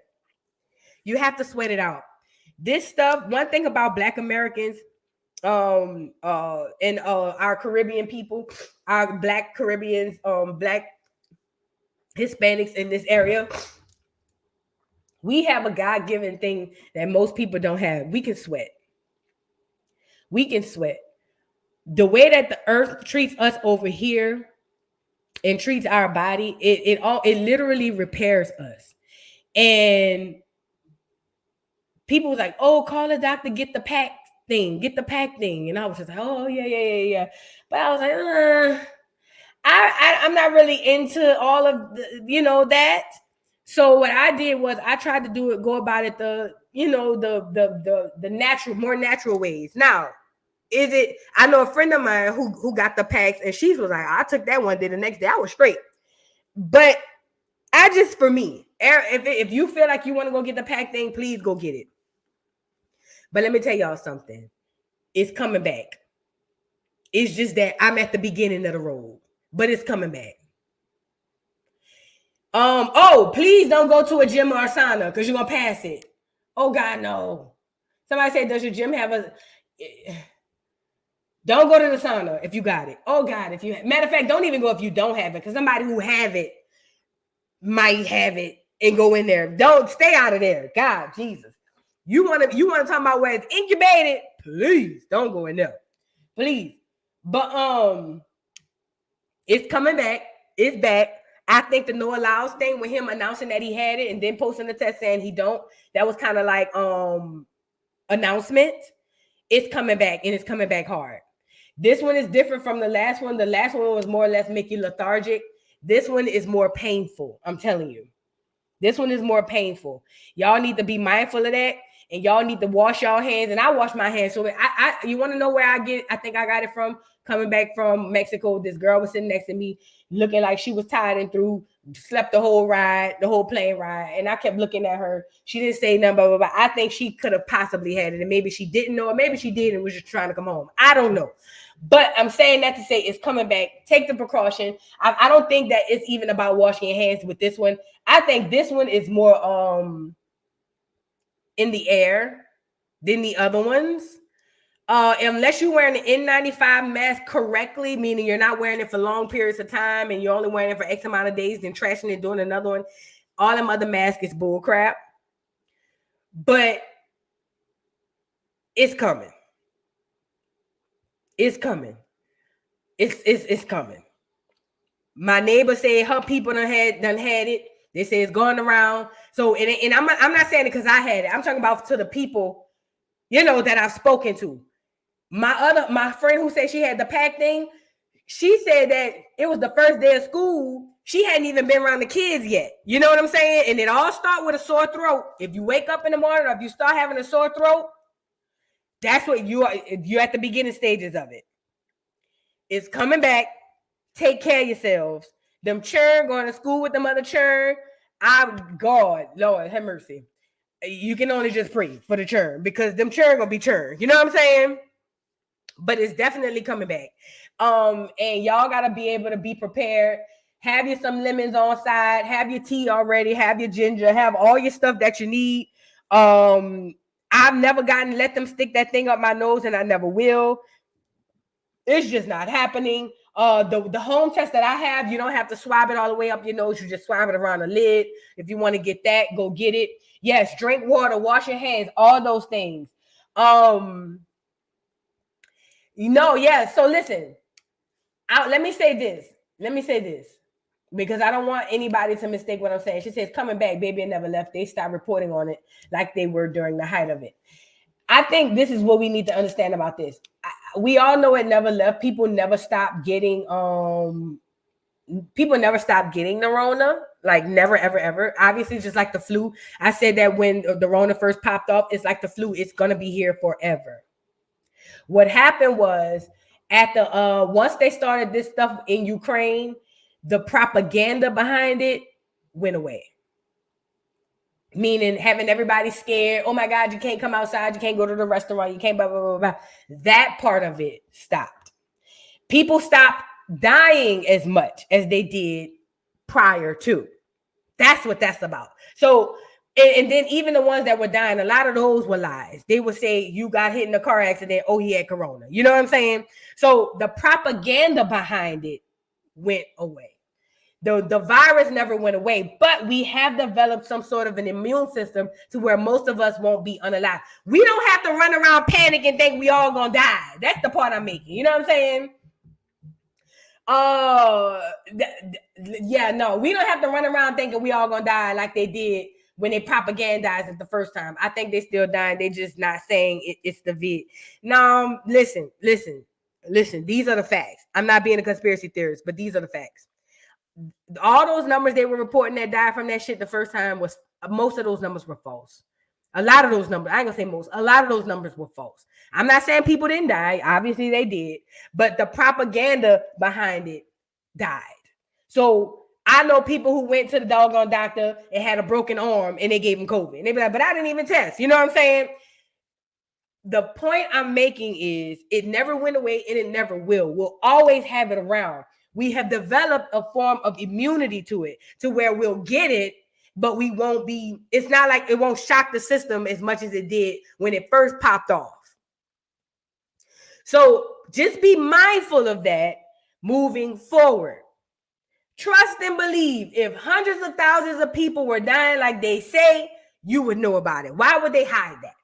If hundreds of thousands of people were getting up the Rona right now and dying like they say, you would know about it. They wouldn't hide that from you. They would have no reason to. Actually, it would help them to show that to you.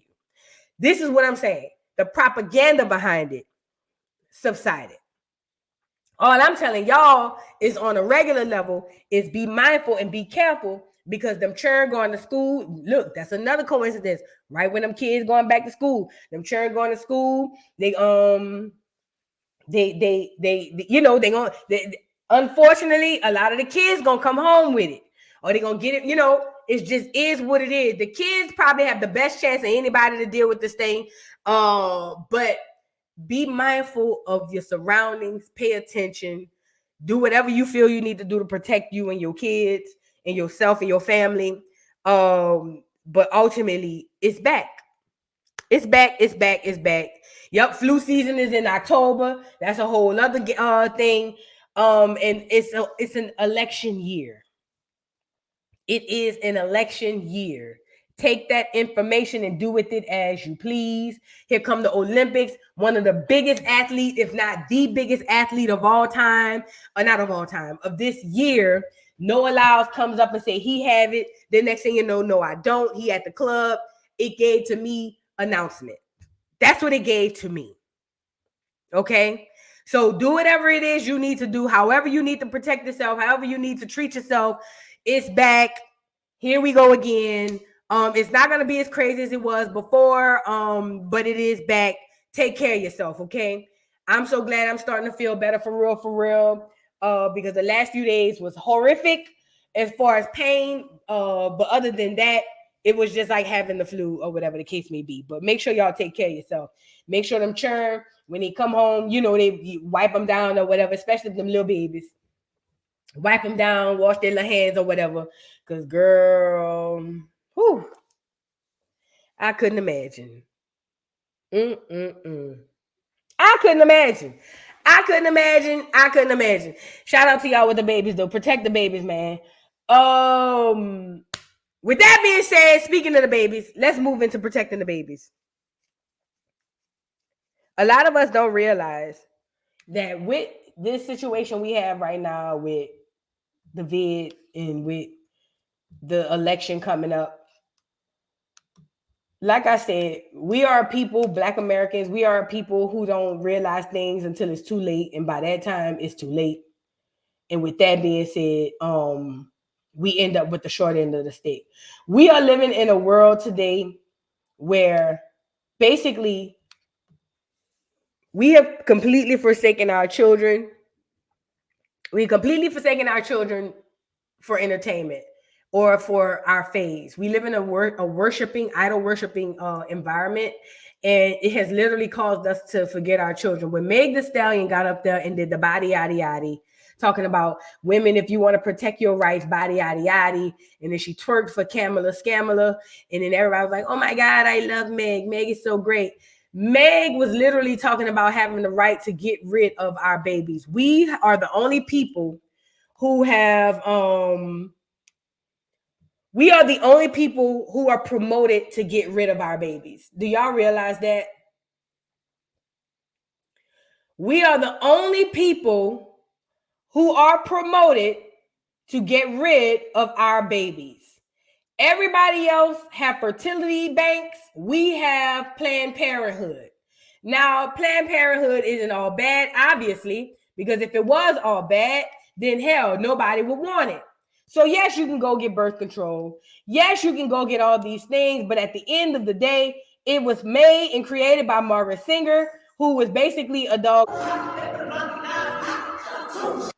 who was basically in a eugenics put in the neighborhoods because they wanted all Black Americans gone. They wanted us out of here.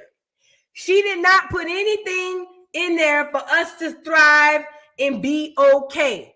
Margaret Sanger wanted us unalive. I say it all the time. There's a reason why a lot of Black American women come up with certain forms of cancer. A lot of Black American women come with all these things coming out of Planned Parenthood. Okay? And we take that as, oh, well, I went there and they gave me birth control and they gave me this and they helped me. And it does have a sense of help, duh. But ultimately, the goal is for us to get rid of our kids and promote them to have theirs. I believe every woman has a choice to do whatever she wants to do with her body. I believe that a woman has a choice to, whatever, however she wants to go with it. But when it is being celebrated and promoted through your fave, like Meg Thee Stallion, that is a problem. That is a problem. They are trying to depopulate us by any means necessary. They've been doing that since the beginning of time, since they come their ass over here. Okay? So while we sitting up here, I know women who've used ABs, abortions as a form of birth control. I know them. A lot of y'all have known them. But I know some women who need them whenever horrible things happen. So it's all encompassed into one. But this is another issue or another way that they can get us through entertainment. Look, through entertainment to screw yourself over. Meg Thee Stallion. A lot of people say, I don't blame Meg. I do. All money ain't good money. Don't the old folks say that? All money ain't good money. I don't give a damn how much they paid her. I would have said the only way I came up there, I'm not going to perform. I want to speak about my situation with DV. I want to speak about women or whatever. No, Megan came up there and shake that ass that we tired of seeing. And basically said, if you want to keep your women's rights, ladies, not women's rights. The abortions ain't women's rights. It's just promoting you to get rid of your child while they keep theirs. Loving your body ain't going down to a damn abortion clinic. That ain't loving your body. Going to no goddamn abortion clinic, running around here, acting like a slut, a tramp, acting like a sexy red. That ain't women loving their body. That's not how you love your body. Sexy Red was down there talking about she got her coochie stink. Suki Red want to get her coochie stretched. That's loving your body. Why they put all the Planned Parenthoods in the Black neighborhoods? Why is it walking distance from the neighborhoods and the projects? Why? Why they don't have them up by the clear people? Why are they using the Meg Thee Stallion to get on here and shake her ass to tell you to love your body and vote for Kamala? Y'all don't understand what y'all voting for. Y'all don't understand what y'all voting for. Y'all so caught up on the fact that she's a seemingly Black woman. Y'all don't even realize what you voting for. Kamala don't give a damn about you and your kids because she ain't you and you ain't her. You the ones who confused. She's not. So what does she do? Go get one of y'all faves to get out there and shake their ass and tell you this is body positivity. No, bitch. They trying to get you to get rid of your babies.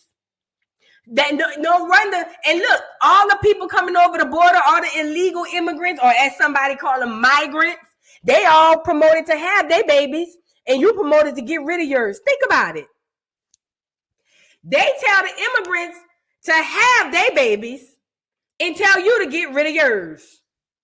How does that? And not only that, they give them incentives to have their babies. They pay them.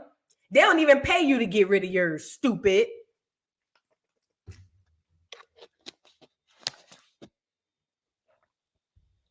I swear on everything, letting them two people, Kamala and the other guy in this thing, y'all gonna regret it. Y'all gonna regret it. Y'all gonna regret it. Y'all gonna regret it. And you know what's crazy? A lot of y'all, not y'all, but a lot of us in this day and age won't regret it. But down the line, we will regret this. Them people want us out of here. Them people want us out of here. We can't, look, this is what runs the world. This bitch. Look, We already know them people on the way out the door, the clear people, the whole milks. They on the way out the door. They depopulating like crazy. And look who they got up here to dance for you, to tell you to vote. This is disgusting. They got our kids going to schools. Have y'all heard of furries? I want to show y'all something. Hold on. I want to show y'all something. Hold on. Let me show y'all something.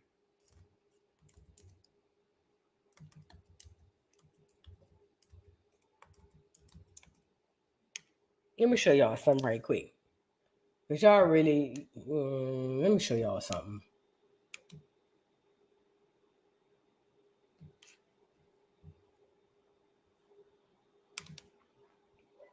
They have, let me see. No.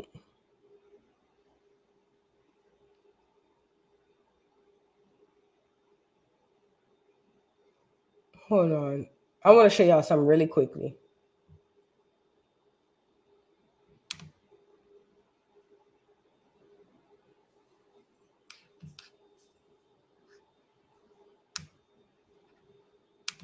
This lady came on.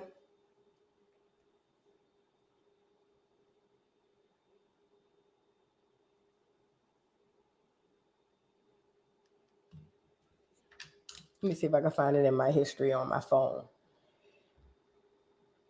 Give me 1 second, you guys.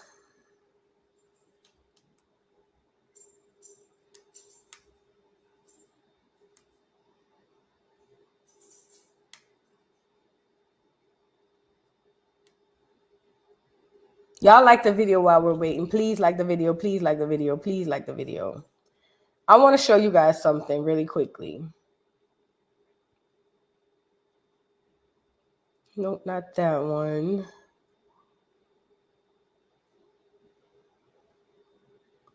This lady came on the African Diaspora News Channel. She's a teacher in California. And basically what she was talking about, how she was in California when Kamala Harris was the, is this one? I think it might be this one. Hold on. Let me find the timestamp.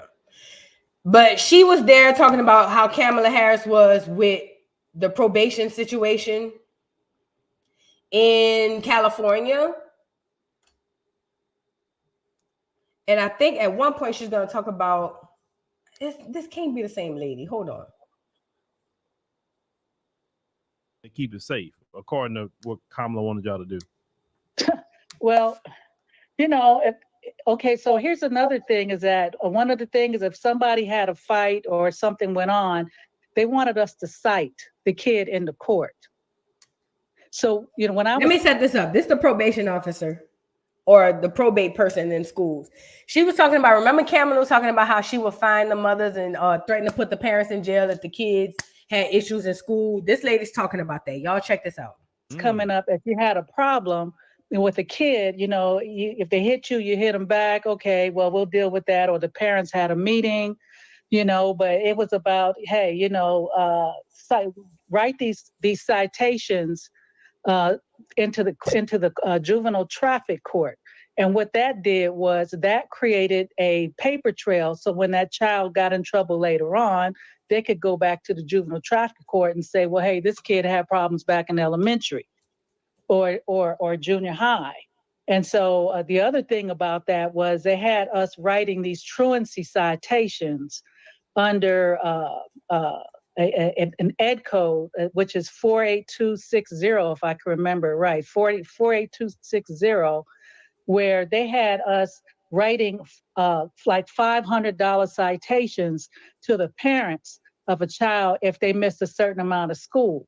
Now, and you go to school 9 months out of the year. So if you miss 10 days of school, you're a habitual truant. But they changed that to where if you had 3 absences that were not and your parents forgot to call it in, then they could say that you're a truant, and then they want to send you to a hearing. And that hearing is that's created a lot of damage. The hearing is called the SARB hearing, a SARB A and a SARB B. So here it is, these parents are working hard every day, they sending the kids to school.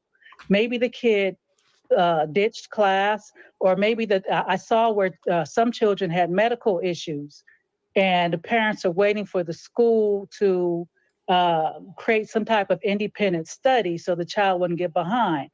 Well, they'll send a letter. They were sending letters to the parents saying your child missed school. We think that they missed too much school, so now you have to go to this hearing.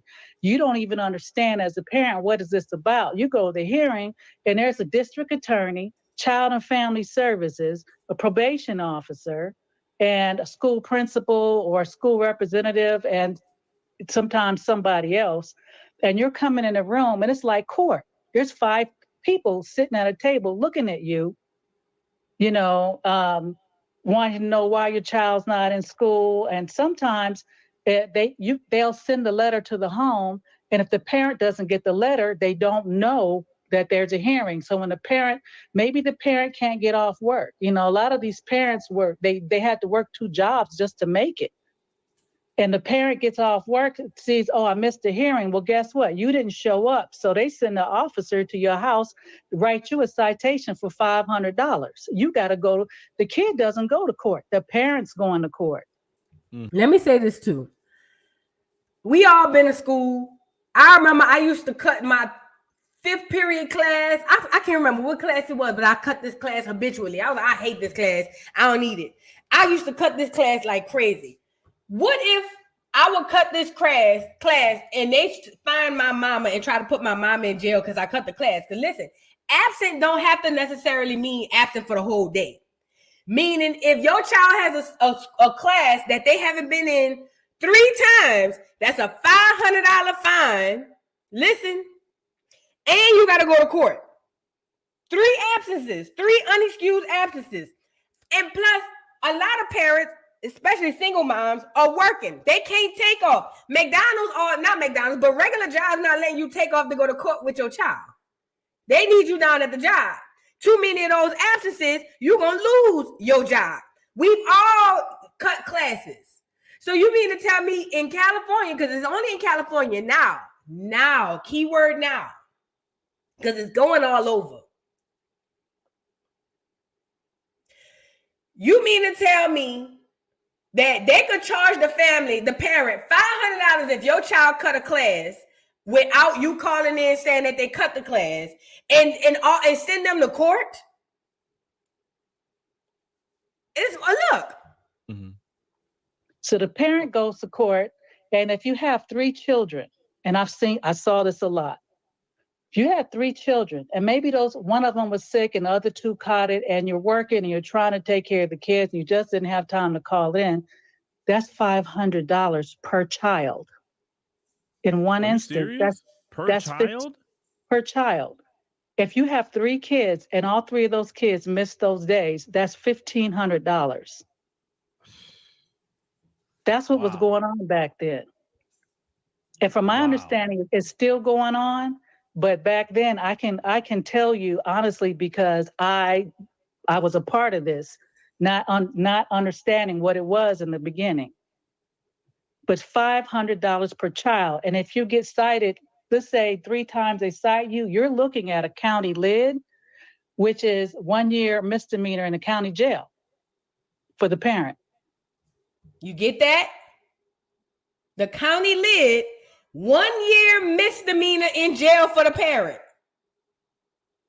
1 year misdemeanor. So if you got a child who be cutting class and something happened where you can't keep up with the fine or they keep cutting class, your ass going to jail. They just signed the law. They just signed into law in California that you can't interfere with your child transitioning. So if you interfere with that, your ass going to jail and they're taking your turn from you. Now it's moving to if your child keep cutting class or keep having issues, all these ways to take money out of your broke ass pocket and put you in jail. All of this. Are y'all tracking this? Because it's cool now until it hits you. You guys like the video. It's cool until it hits you and affect you. Check. So what would happen if you put a parent in jail? What happens to the child? Somebody in the family got to take the kids. If not, CFS gonna take the kids. There you go. Now, a person in the chat was saying that's straight up a school to prison pipeline. It is, and the strategic game plan is by the third grade, they know how many prisons or juvenile halls to build, so they keeping a track record. This is how they funnel the kids into the school to prison pipeline. And if it wasn't for, there's a lot of, the difference between police and probation officers is when police arrest you, he gets a win. If the probation officer arrests you, it's a loss.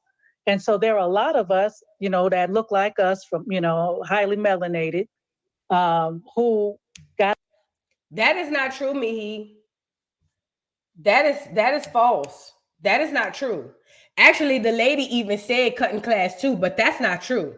Mihi says it's not cutting class if they are absent. Once they are in school, the school is responsible. That's not true. That's false, Mihi. That's not true. If you believe that once your child is in school and they miss a class, then you're not going to be responsible, that's not true. That is false. The lady literally said it. So if your child cut a class, the lady said it and missed 3 classes, she was like, you're going to be. That's not true. That's not true. That's not true. I wish it was true, but that's not true. Yes. Listen, y'all remember back in the gap, an absence to a class is an absence to a class. It don't matter if you made it to homeroom. An absence to a class is an absence to it. So if I made it to homeroom but don't make it to English for 3 days, that's 3 absences to English. You see what I'm saying? So, and it's crazy how that goes from prison to pipeline. You know what I'm saying? Like she said, by 3rd grade, they know how many prisons to build.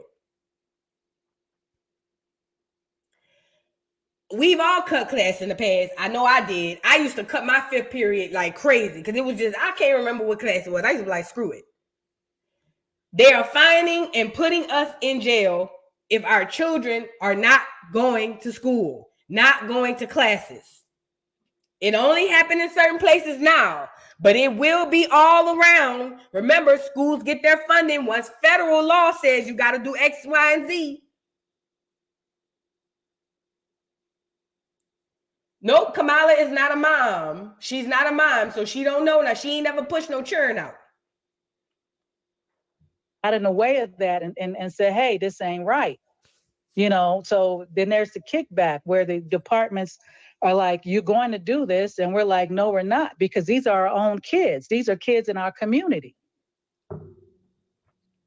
And I've personally seen mothers when I come to, before I really knew what was going on, because look, I don't work for the school district. I'm contracted to.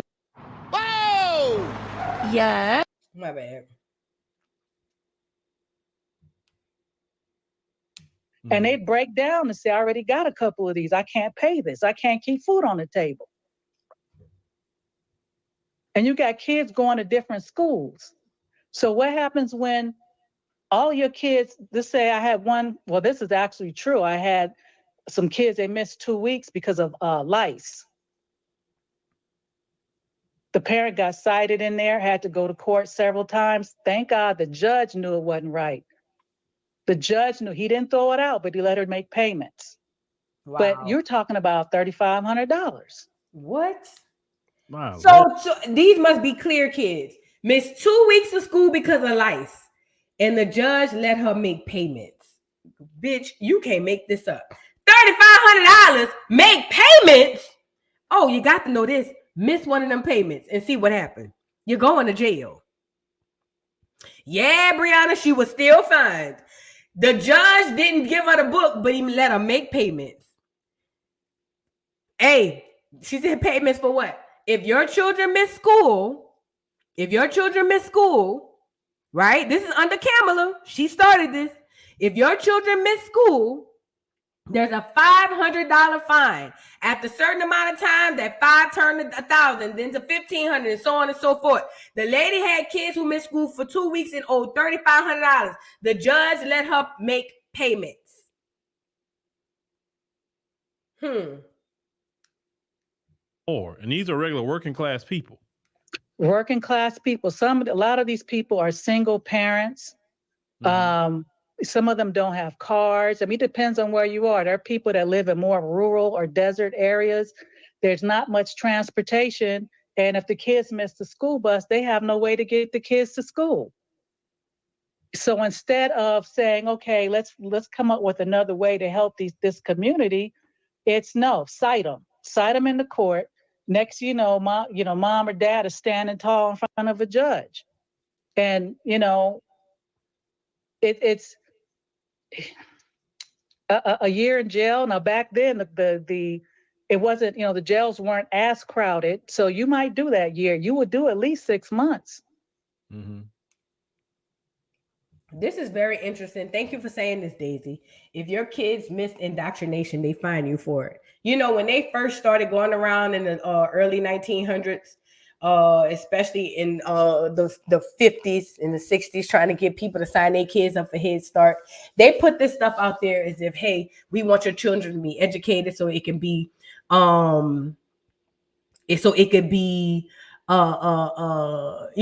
advantageous for your child so that they can be successful. This ain't got nothing to do with your child. This ain't got nothing to do with your child being successful. This ain't got nothing to do with your child learning. This is about an indoctrination tool. I put it on that video that did really well. You remember them 3 black girls who were saying that they don't mind or they don't think it's a problem to have them illegal immigrants come in and vote? That's all a part of indoctrination. Why are they fining you? Why are you in trouble if your child don't go to school? And you might think, from the lower point of it, oh, well, they just want our children to get an education. Them people don't give a damn about your child getting no education. It's to further indoctrinate them. That's why I love what you just said, Daisy. If your kids missed indoctrination, they fine you for it. That's literally what this is. Y'all can sit up there and think that the government really cares about you or really cares about your children to where they are making it so that your child is getting everything that it needs. If they really cared about you and your kids, they wouldn't be in the situations they're in their environments. They wouldn't eat the food that they eat because that food is poison. They wouldn't be having all the issues that they having. If they really gave a damn, them people don't give a damn about you or your kids. That's why they finding you if your children miss indoctrination. Are you tracking? See, it's not like when y'all thought we was just learning ABCs and 1, 2, 3s. Them people is creating slaves through the prison system and through the so-called education system. You're going to be a slave one way or the other. You're going to either work in the field as a field nigga or you're going to go get your degrees and be a house nigga. Either way it go, you will be a slave. I tell you what, I bet you they don't find them illegal immigrants for they children missing school. I bet you that. I bet you they won't find them illegal immigrants for they children missing school. I bet you that. I bet you if them illegal immigrants miss school for a week, you think you're going to see them non-English speaking motherfuckers standing before the judge? Nope.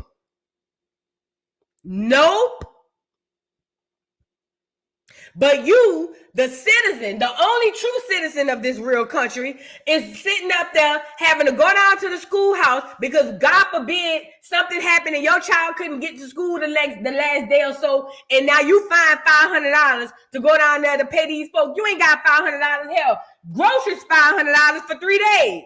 Now you got to come up with another 5. God forbid you miss that. They're going to pull you back down to the courthouse. Then they're going to put fees on top of the 5. Now you owe that more, and then you hoping and praying your child don't skip another class. And God forbid he does, because that's what children do. We've all skipped class. Now you got on top of that 5 another fine. I'm sorry. Unexcused absences and all of these things. We already in a situation where we can't make it. We barely got our head above water financially. And here's another thing to add in. Put in now fines for your children not making it down to the school. And people would say, oh, they just want your child to be educated. Okay. They want your child to be educated just like they want your child to be healthy.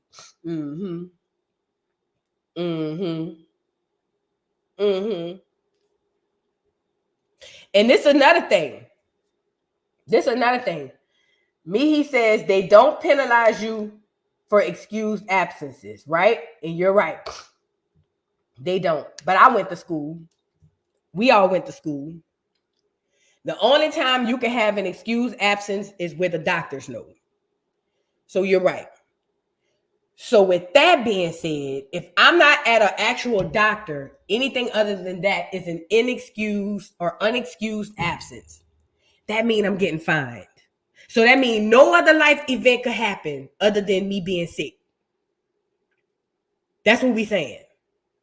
Like, nothing else in life can happen. The only thing can happen is I go to a doctor and I'm sick. Nothing else can happen. My mama car can't break down. I can't be late for school because I had to get my little brothers and sisters together. Nothing else in the world can happen. Only thing that can happen is if I get a doctor's note and I'm sick. That's it. That's not feasible. That's not even realistic. Life happens. Things happen. Now, don't get me wrong. I'm all for making sure children go to school because they are supposed to go to school. You know what I'm saying? But we got to be realistic. Life happens. Things happen. So you mean to tell me that if, God forbid, I got to get up, and let's just say a lot of parents go to work before their children even go to school. A lot of parents, unfortunately, either go to work before their kids go to school or they're not even home. It just is what it is. We barely making it. So you mean to tell me, like, if as children as they are, if they are not in these schools and they're not doing what they need to do, that now I have to be fined and go to jail? That's not okay. That's not okay. If you're gonna find us all. Find the rich people. Find the clear people. Find the illegal immigrants. Find them. They got more money than me anyway. You should be doubling their fines. Find them.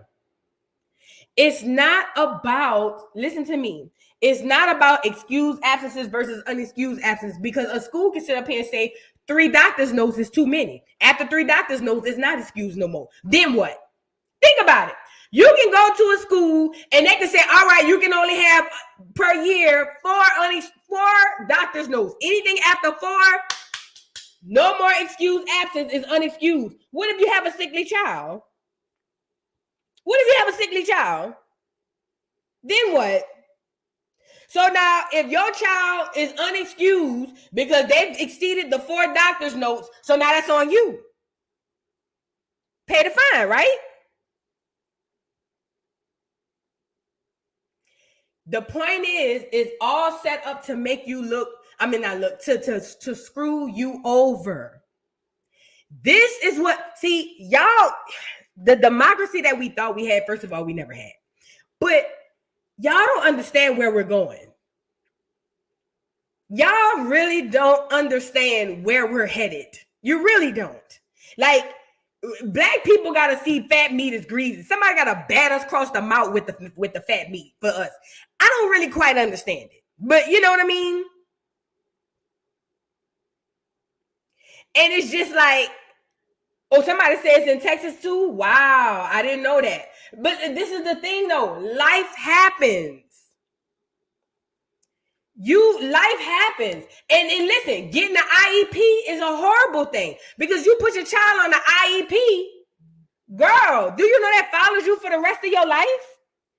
A IEP, if you can, people in the chat, do not put your children, if you can, do not put your children on an IEP. If you can, that follows them for the rest of their life. Do not, if you can, do not put your child on an IEP. If you can. If you feel like you just have to, fine. But if you can, y'all, please don't put that shit on your child back. Don't put that on your child jacket. Don't put that on your child jacket. Listen. This shit is not what you think it is, guys. None of this is what you think it is. None of this is what you think this.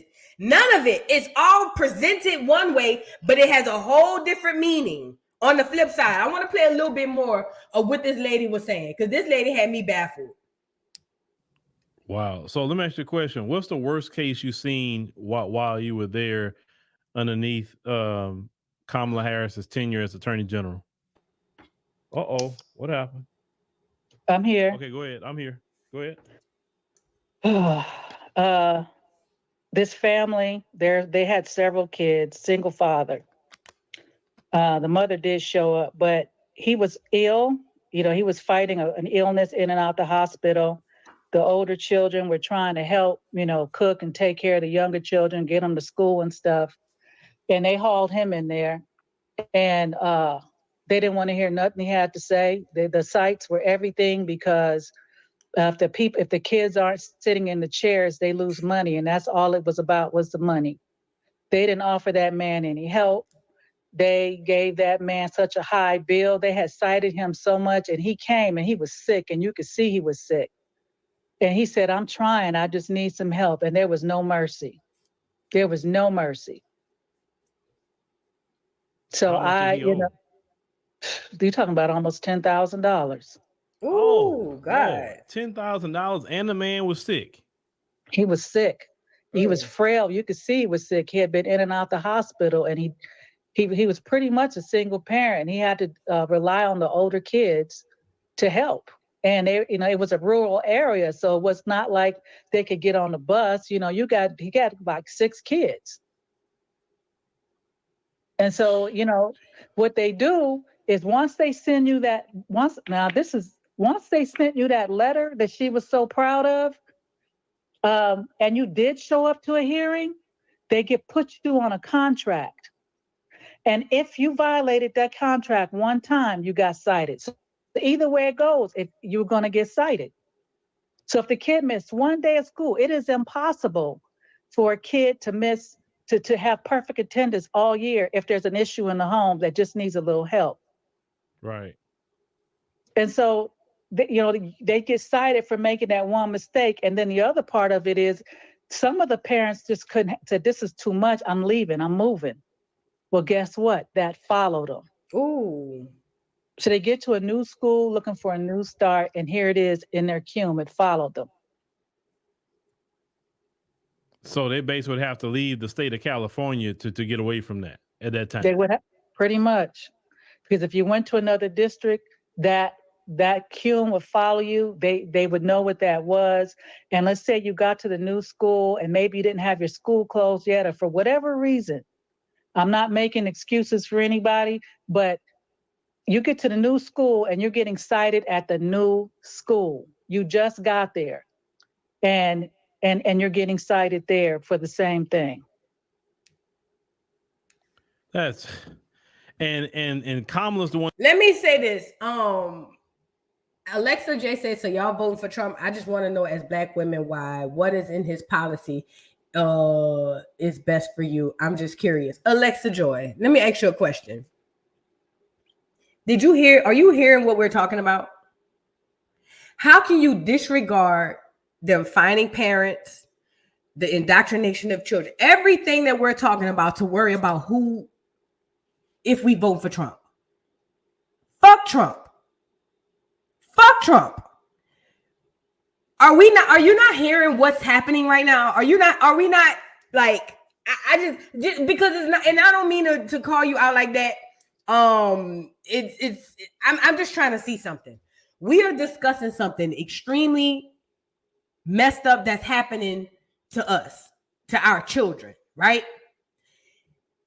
Why is it that instead of us staying on that, people start to ask who we voting for? And if you really want to be honest, you want to know what policy that he has that's best for you, tell me one policy Kamala has at all. If you can come on here, I will drop the link. I will drop the link right now for you, Alexa J. If you can come on here and tell me what one policy Kamala has, then we'll discuss it. Let me know right now. I'll drop the link, because it's not even about voting. But since we go in there, let's go. No. Since we go in there, let's go. Instead of us focusing on what's happening to us and our children, it's back to, so y'all voting for Trump? You tell me, let me know in the chat right now if I need to drop the link. I will drop it right now. Tell me one policy Kamala has. Tell me one. I don't care if it's about green grass. You come on here and you give me one policy Kamala has, and we'll discuss it. But this is the gag. This is what I don't like about the Kamala Harris people. And I'm not saying you're one of them, but this is what I don't like about the mindset of people like that. Y'all so busy trying to say this one versus that one. None of these people give a damn about you. Kamala don't give a damn about you. Trump don't give a damn about you. What I'm saying is these are the issues that come up under Kamala, right? Kamala is the one who's around here finding people's parents. You might have kids, Alexa J. You might have kids. She's the one who's going to make it hard for you and your babies in the future. And you are sitting up here asking me, as black women, why would we vote for Kamala? She ain't no nigga. She ain't a black woman. Why would we vote for her? This is just a real question. As black women, why would we vote for Kamala? Kamala ain't black. Why would we vote for her? What's in Kamala's policy that's good for black women? Let me drop the link. Anybody, not just Alexa J, since everybody wants to say that's what we're going to go with it because y'all act like y'all slow sometimes. Would somebody get on here and tell me what is in Kamala's policy that is good for black women right now? If y'all can't come up here and tell me, the link right there, and let me pin it. Hold on. If y'all can't come on here and tell me what is in Kamala's policy that is good for black women, then don't come on this channel no more telling me about what's good in somebody else's policy. I need Alexa J or somebody who think like Alexa J to come on here and tell me what is in Kamala's policy that is good for black women. Abortion ain't good for black women. And that ain't even in her policy because she ain't even got no policy on her site. Y'all got to be strong. Y'all have to start paying attention to the now. Stop worried about, well, what about Trump? Fuck Trump. I don't give a damn about that orange motherfucker. Fuck him. I'm talking about what we're up against or what we're going to deal with since y'all want to be emotional and run behind this woman. She ain't black. She ain't from Acorn. She ain't FBA. So we have just as much in us to vote for him as we do for her. Because ain't none of them black Americans, ain't none of them. Ain't none of them black Americans. Ain't none of them black Americans. What's going on, Mila? Hey, Voodoo, how you doing? Good, how you doing? Doing all right. I'm just listening to your podcast, and I'm just tripping off the lack of critical thinking that we have as Black Americans. Like, it's crazy to me how something so superficial, as far as Kamala Harris being black or whatever, Indian, whatever she really is really stopping us from looking at her and thinking critically, like, this is actually a detriment to what we got going on. Right. And it's just it's so ridiculous. And to see the people in the chat, and like, I love all y'all, but y'all, we slow. It's just frustrating because I can see what's gonna happen to our babies. And we not worried about our babies because we so busy worried about who to vote for and who not. And well, why y'all vote for this one? This person don't like black people. Kamala don't like black people. None of these politicians are here to do anything specifically for black people. That's what we know. And I'm okay with that. But what I'm saying is, if we have one candidate that's literally going to be the demise of our babies, we got to say, okay, hold on. Outside of how we feel about these people, this one is a no-go. Because guess what? This one is going to literally take our babies and you know what I mean, and find us and do our babies dirty. That's what I'm trying to do. And me saying that don't mean I'm voting for Trump, because I don't even vote. I'm just trying to put in front of the people, you see what I'm saying, what the information is. That's it. Exactly. You trying to open the eyes of the people to their ignorance. But the thing about that, like you always say, it's easier to what do you be saying about it's easier Oh, the to trick a nigga trick to a person. convince a nigga he been tricked. Exactly. And it's like we tricked. And at the end of the day, like we just need to wake up and just pay attention to really what's going on. Cause it's a steady pattern of what they do every 4 years for election year to get our votes, and they rile us up emotionally, Mm-hmm. and we go out and we vote with our emotions and we get nothing in return. And Right. and I'm tired of that. I'm tired of that. Like if it be Trump, if it be, another candidate or whatever, but we need somebody that's gonna like listen to our views, and we need to at least pull our vote until we have a candidate that's gonna actually listen to our views. And until that happens, like I just don't understand why we just vote blindly for one party, and that one party gives us nothing. We get in a Right. more detrimental state. Our communities get more ravaged, and now they're flooded with others that don't look like us, but they're taking all the benefit and resources from us. And that's just that to me is diabolical.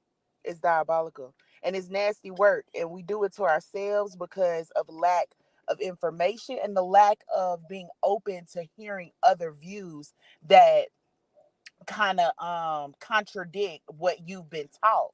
Like we all need to relearn everything that we've been taught, because at the end of the Mm-hmm. day, we were taught wrong, guys. They lied to us. We've been lied to, and we need to wake up from that sleep of those lies. And that's all I got to say. I love you. I love Thank y'all you, internet. Mila. However y'all gonna vote, whatever, just guard your house. Do what you got to do for yours, and do your best. That's all I got to say. Thank you, Mila. I appreciate you, boo.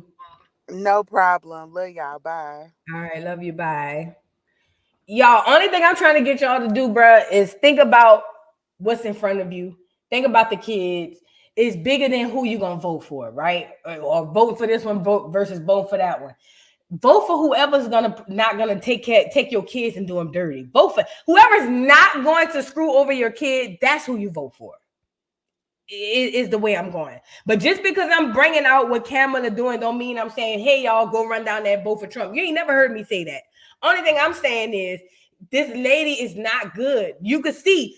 Matter of fact, let me play a little bit more before we get out of here, because this stream too long. How long we been on here? Too damn long. Hold on. I want to play a little bit more. I want to usher this in. Yeah, I didn't I had never heard of her until this. And I said, when did this start? It had just started. It was about 2007, 2008. She had just became Attorney General. She hadn't been in that long, and then bam. And I was looking back at what she said when she said, well, she said, I decided I'm going to prosecute the parents. That's a quote. She said, I decided. Well, when she did that, she put a lot of harm onto the very people that she says, which, the downtrodden or the marginalized, or, the ones at risk. Well, she did harm to the ones she claims now that she wants to help. Now, when you have a misdemeanor on your record, is that going to help you get employment? Right. Anybody who could listen to this and still be sitting up here talking about, oh, so we gonna vote for this one over that one, and not even care about what this lady just said. I don't understand. I really don't. But this is what I be telling y'all. We don't care about our children no more. We stopped caring. This whole ushering in of these whores that we call rappers, it got us to not care about our kids. This lady just said a whole bunch of things about how they negatively affect you and your household. I don't know about y'all, and I don't have no babies. Say ain't going to nobody's school. But I don't have $500, $1,000 because my child will miss school. I know y'all don't, because I don't have it, and I ain't got no churn. So the fact that you could hear this and still go back to, so were we voting for this one? What? Do you not just hear what they saying about what them people trying to do to your babies? Did you not just hear what them people is? Oh, it gets better. Hold on. Right. She gonna go to talking about the furry. You know, that had to get these sites and had to go to court and stay had a problem with their puppy, whatever it was. They wanted you to write the child's name down and the student ID number and put it in a database. All of us. You want to start your list. All of us as parents said, no, we will not. Some people said, well, transfer me out. I said, well, I can't say what I said, but she was talking about how like they all stood in solidarity and was like they're not gonna continue. Because basically they were creating paper trails for these children, and basically it will follow them for the rest of their life, like the IEP. Meaning they get in trouble as an adult, they go back in that system. They put your baby in the system for missing school. Oh yeah. See, y'all didn't catch that part neither. Your baby have issues with the courts because that's what it goes to now, the courts. Because your child misses school, they go get in trouble as an adult, fast track to prison. They repeat offenders. So she was saying that the people at her job, at her school, stood in solidarity and was like, they're not going to go with this, putting these children in the system. You see what I'm saying? Because basically it would end up like that. But hold on. In front of the no. Right. Yeah. And let me ask you a question. Y'all, a couple of you refused, but the other groups that was those probation officers, did they stand against it, or they were like, shoot, I don't instinct that kind of comes up out of you. It's like activates when you have a child, at least from what I've seen in my short time living. For Black people, hand out the citations that I did. It hurt me to do that. And they've said the same thing. Now there are some cases where, hey, a parent truly does not care, and I can see that, saying, okay, well, if you're not going to take care of the kids, then we're going to take it over. I can see that, but I've never seen that. I've only seen that case once, just once. Everybody else is going to work. They're trying to take care of their kids. They're trying to make ends meet. They're trying to make sure the children have what they need. They're trying. And then you turn around and here's these big, gigantic citations. So if the second time it's 1,000, it doubles.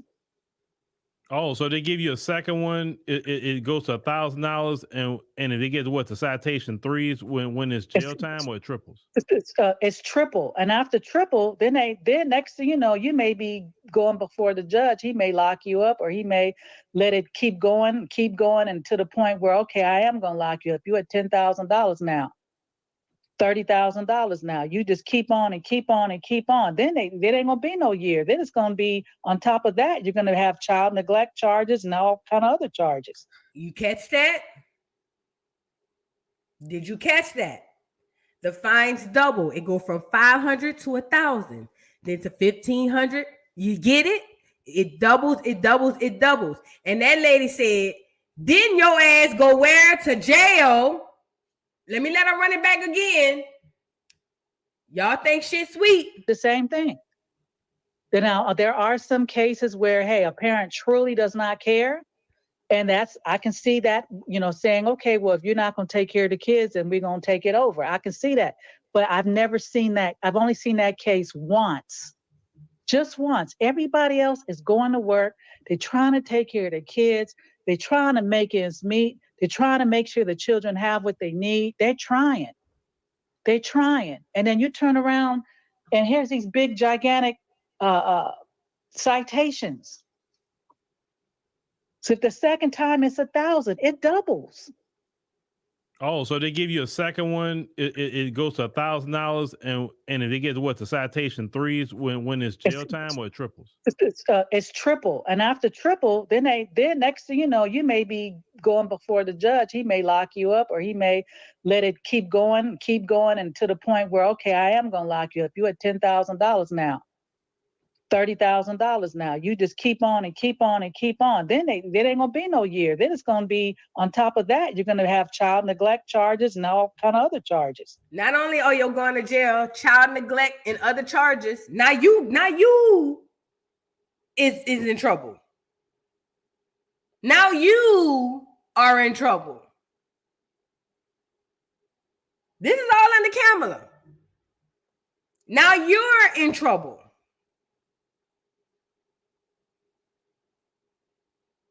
Is this making sense now? Like, am I making sense of why I'm saying what I'm... Again, let me tell y'all something. I don't have no babies. My child, 21 years old, she'll be 22. She's a senior in college. She graduate in the spring of this year coming up. Shout out to her. I ain't got no dog in a fight. I ain't having no more babies.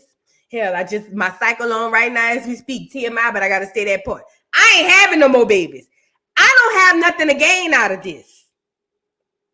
Okay? I don't have nothing to gain or lose out of this because I could just say that's on y'all with the kids.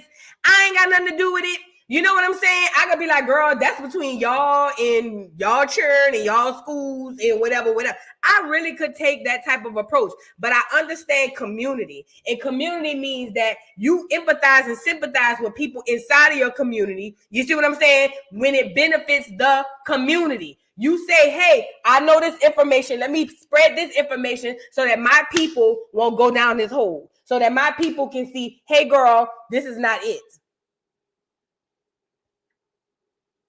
Like, so now you would get a charge, child neglect, all these other charges if your children miss school.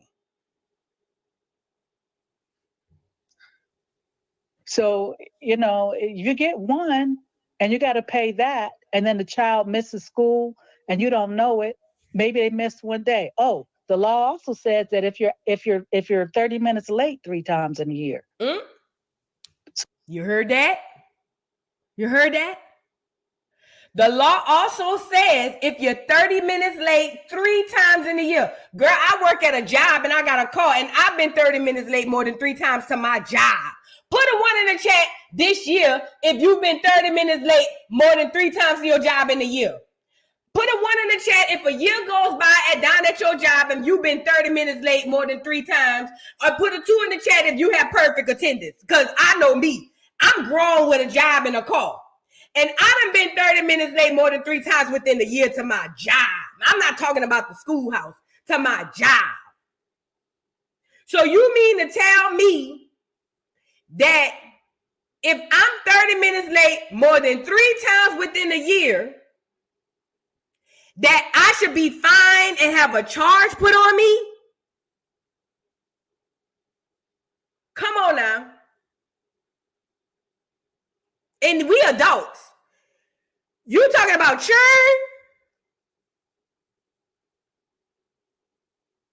Come on, man. Come on now. Come on now. Come on now. This what the lady saying. When it's jail time or it triples? It's triple. And after triple, then next thing you know, you may be going before the judge. He may lock you up or he may let it keep going and to the point where, okay, I am going to lock you up. You at $10,000 now. $30,000 now. You just keep on and keep on and keep on. Then there ain't gonna be no year. Then it's gonna be on top of that. You're gonna have child neglect charges and all kind of other charges. So you get one and you got to pay that, and then the child misses school and you don't know it. Maybe they missed one day. Oh, the law also says that if you're 30 minutes late 3 times in a year. So what if you didn't miss school? What if you were just late? You're going to get a citation. But that's supposed to be our friends, the Democrat Party. See, I never heard of nothing like that. Like I'm in the state of Texas, and I never heard of nothing like that. Now, of course, they got truancy, here too, but it's kind of like you got to miss, I think, 10 or more days in a semester. Then they're going to bring you basically to the court and say, hey, why your child's not going to school? But it's not 3 days or 30 minutes late 3 times. No. It has to be, and then 8. And the way it works here, the school going to keep saying, hey, what's going on? But as long as you bring your excuse, you're good. You know what I'm saying? But California is supposed to be, the mecca of Democrats. And that sounds like, according to what black people tell me, that's something Republicans should be doing to us.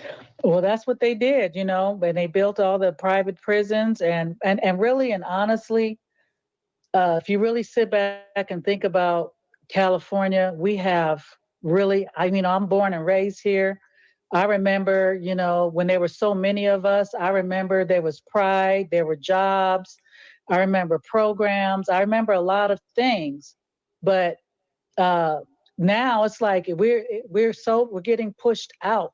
Talking about the And I immigrants. don't care if you're in the Bay, if you're in NorCal, Southern Cal, Central, you're pretty much getting pushed out. And, you know, locking these parents up, you know, especially in up in NorCal, you know, and these parents are, you know, a lot of them have manufacturing jobs or maybe, you know, and for, you know, she's talking about the immigrants pushing the people out, pushing the black people out. We already know that's a whole other animal. But I want to talk about her talking about the furries. Hold on. So you had school year round and you could have two siblings for more other people to come. And, but when it's a, Hi, I'm Tim Walls, and I'm proud to be. Girl, look who on here. That man look like a PDF. You get it? The knuckleheads, like they leave that stuff. They try to, they are. And, you know, you guys said, you got nothing out of that?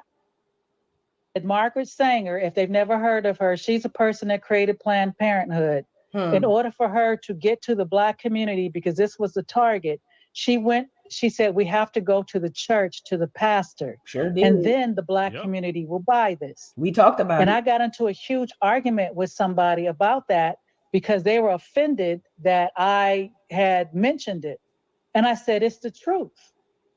It's the truth. Am I for little girls who have been raped or you know, hurt, having to give birth? No, I'm not. But I'm not for, you know, I don't even want to go into that situation. To like California and some of the way they think, and one person got on the news one day and said there was 1,000 genders. I said, okay, I'm done. Oh yeah, this is the part right here. I'm done. I said, let me turn this off. I some things you just don't respond to, and to hear something like, okay, so they'll take a child away from a parent because they showed up late to school, but they cool with a parent and having their child being in the furries. Your boy Newsom, then he signed a law where parents don't have to know if their children is transitioning or something like that. No, I know. I've heard some families back.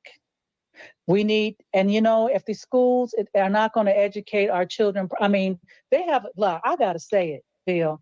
They have a thing, I don't know about in Texas, but they have this group, they're called the furries. Mm-hmm. These are kids that identify as an animal. Mm-hmm.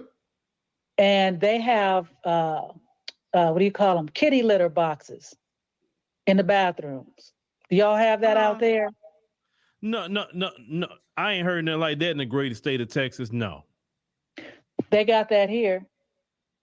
Oh Lord. Yeah, I know. You hear that?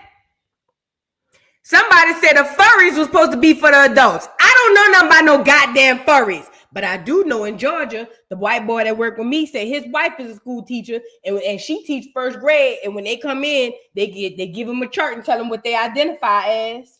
She said they use a litter box. Oh, yes. Let's go back to that part. See, y'all think shit's sweet. And they already signed the law in California. You can't interfere, your ass going to jail. To give birth? No, I'm not. But I'm not for, you know, I don't even want to go into that situation. My thing is, you got to look at the policies. Our numbers are not as high as they used to be. We're not having families the way we were. Our thought process is gone somewhere else. And that's a problem for us. We need our families back. We need, and you know, if the schools are not going to educate our children, I mean, they have, look, I got to say it, Bill. They have a thing, I don't know about in Texas, but they have this group, they're called the furries. These are kids that identify as an animal. And they have, what do you call them? Kitty litter boxes in the bathrooms. Do y'all have that out there? No. I ain't heard nothing like that in the great state of Texas. No. They got that here.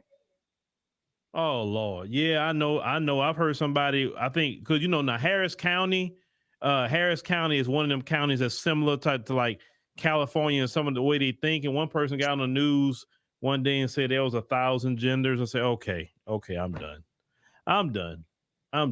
I said, let me turn this off. I some things you just don't respond to. And to hear something like, okay, so they'll take a child away from a parent because they showed up late to school, but they cool with a parent and having their child being in the furries.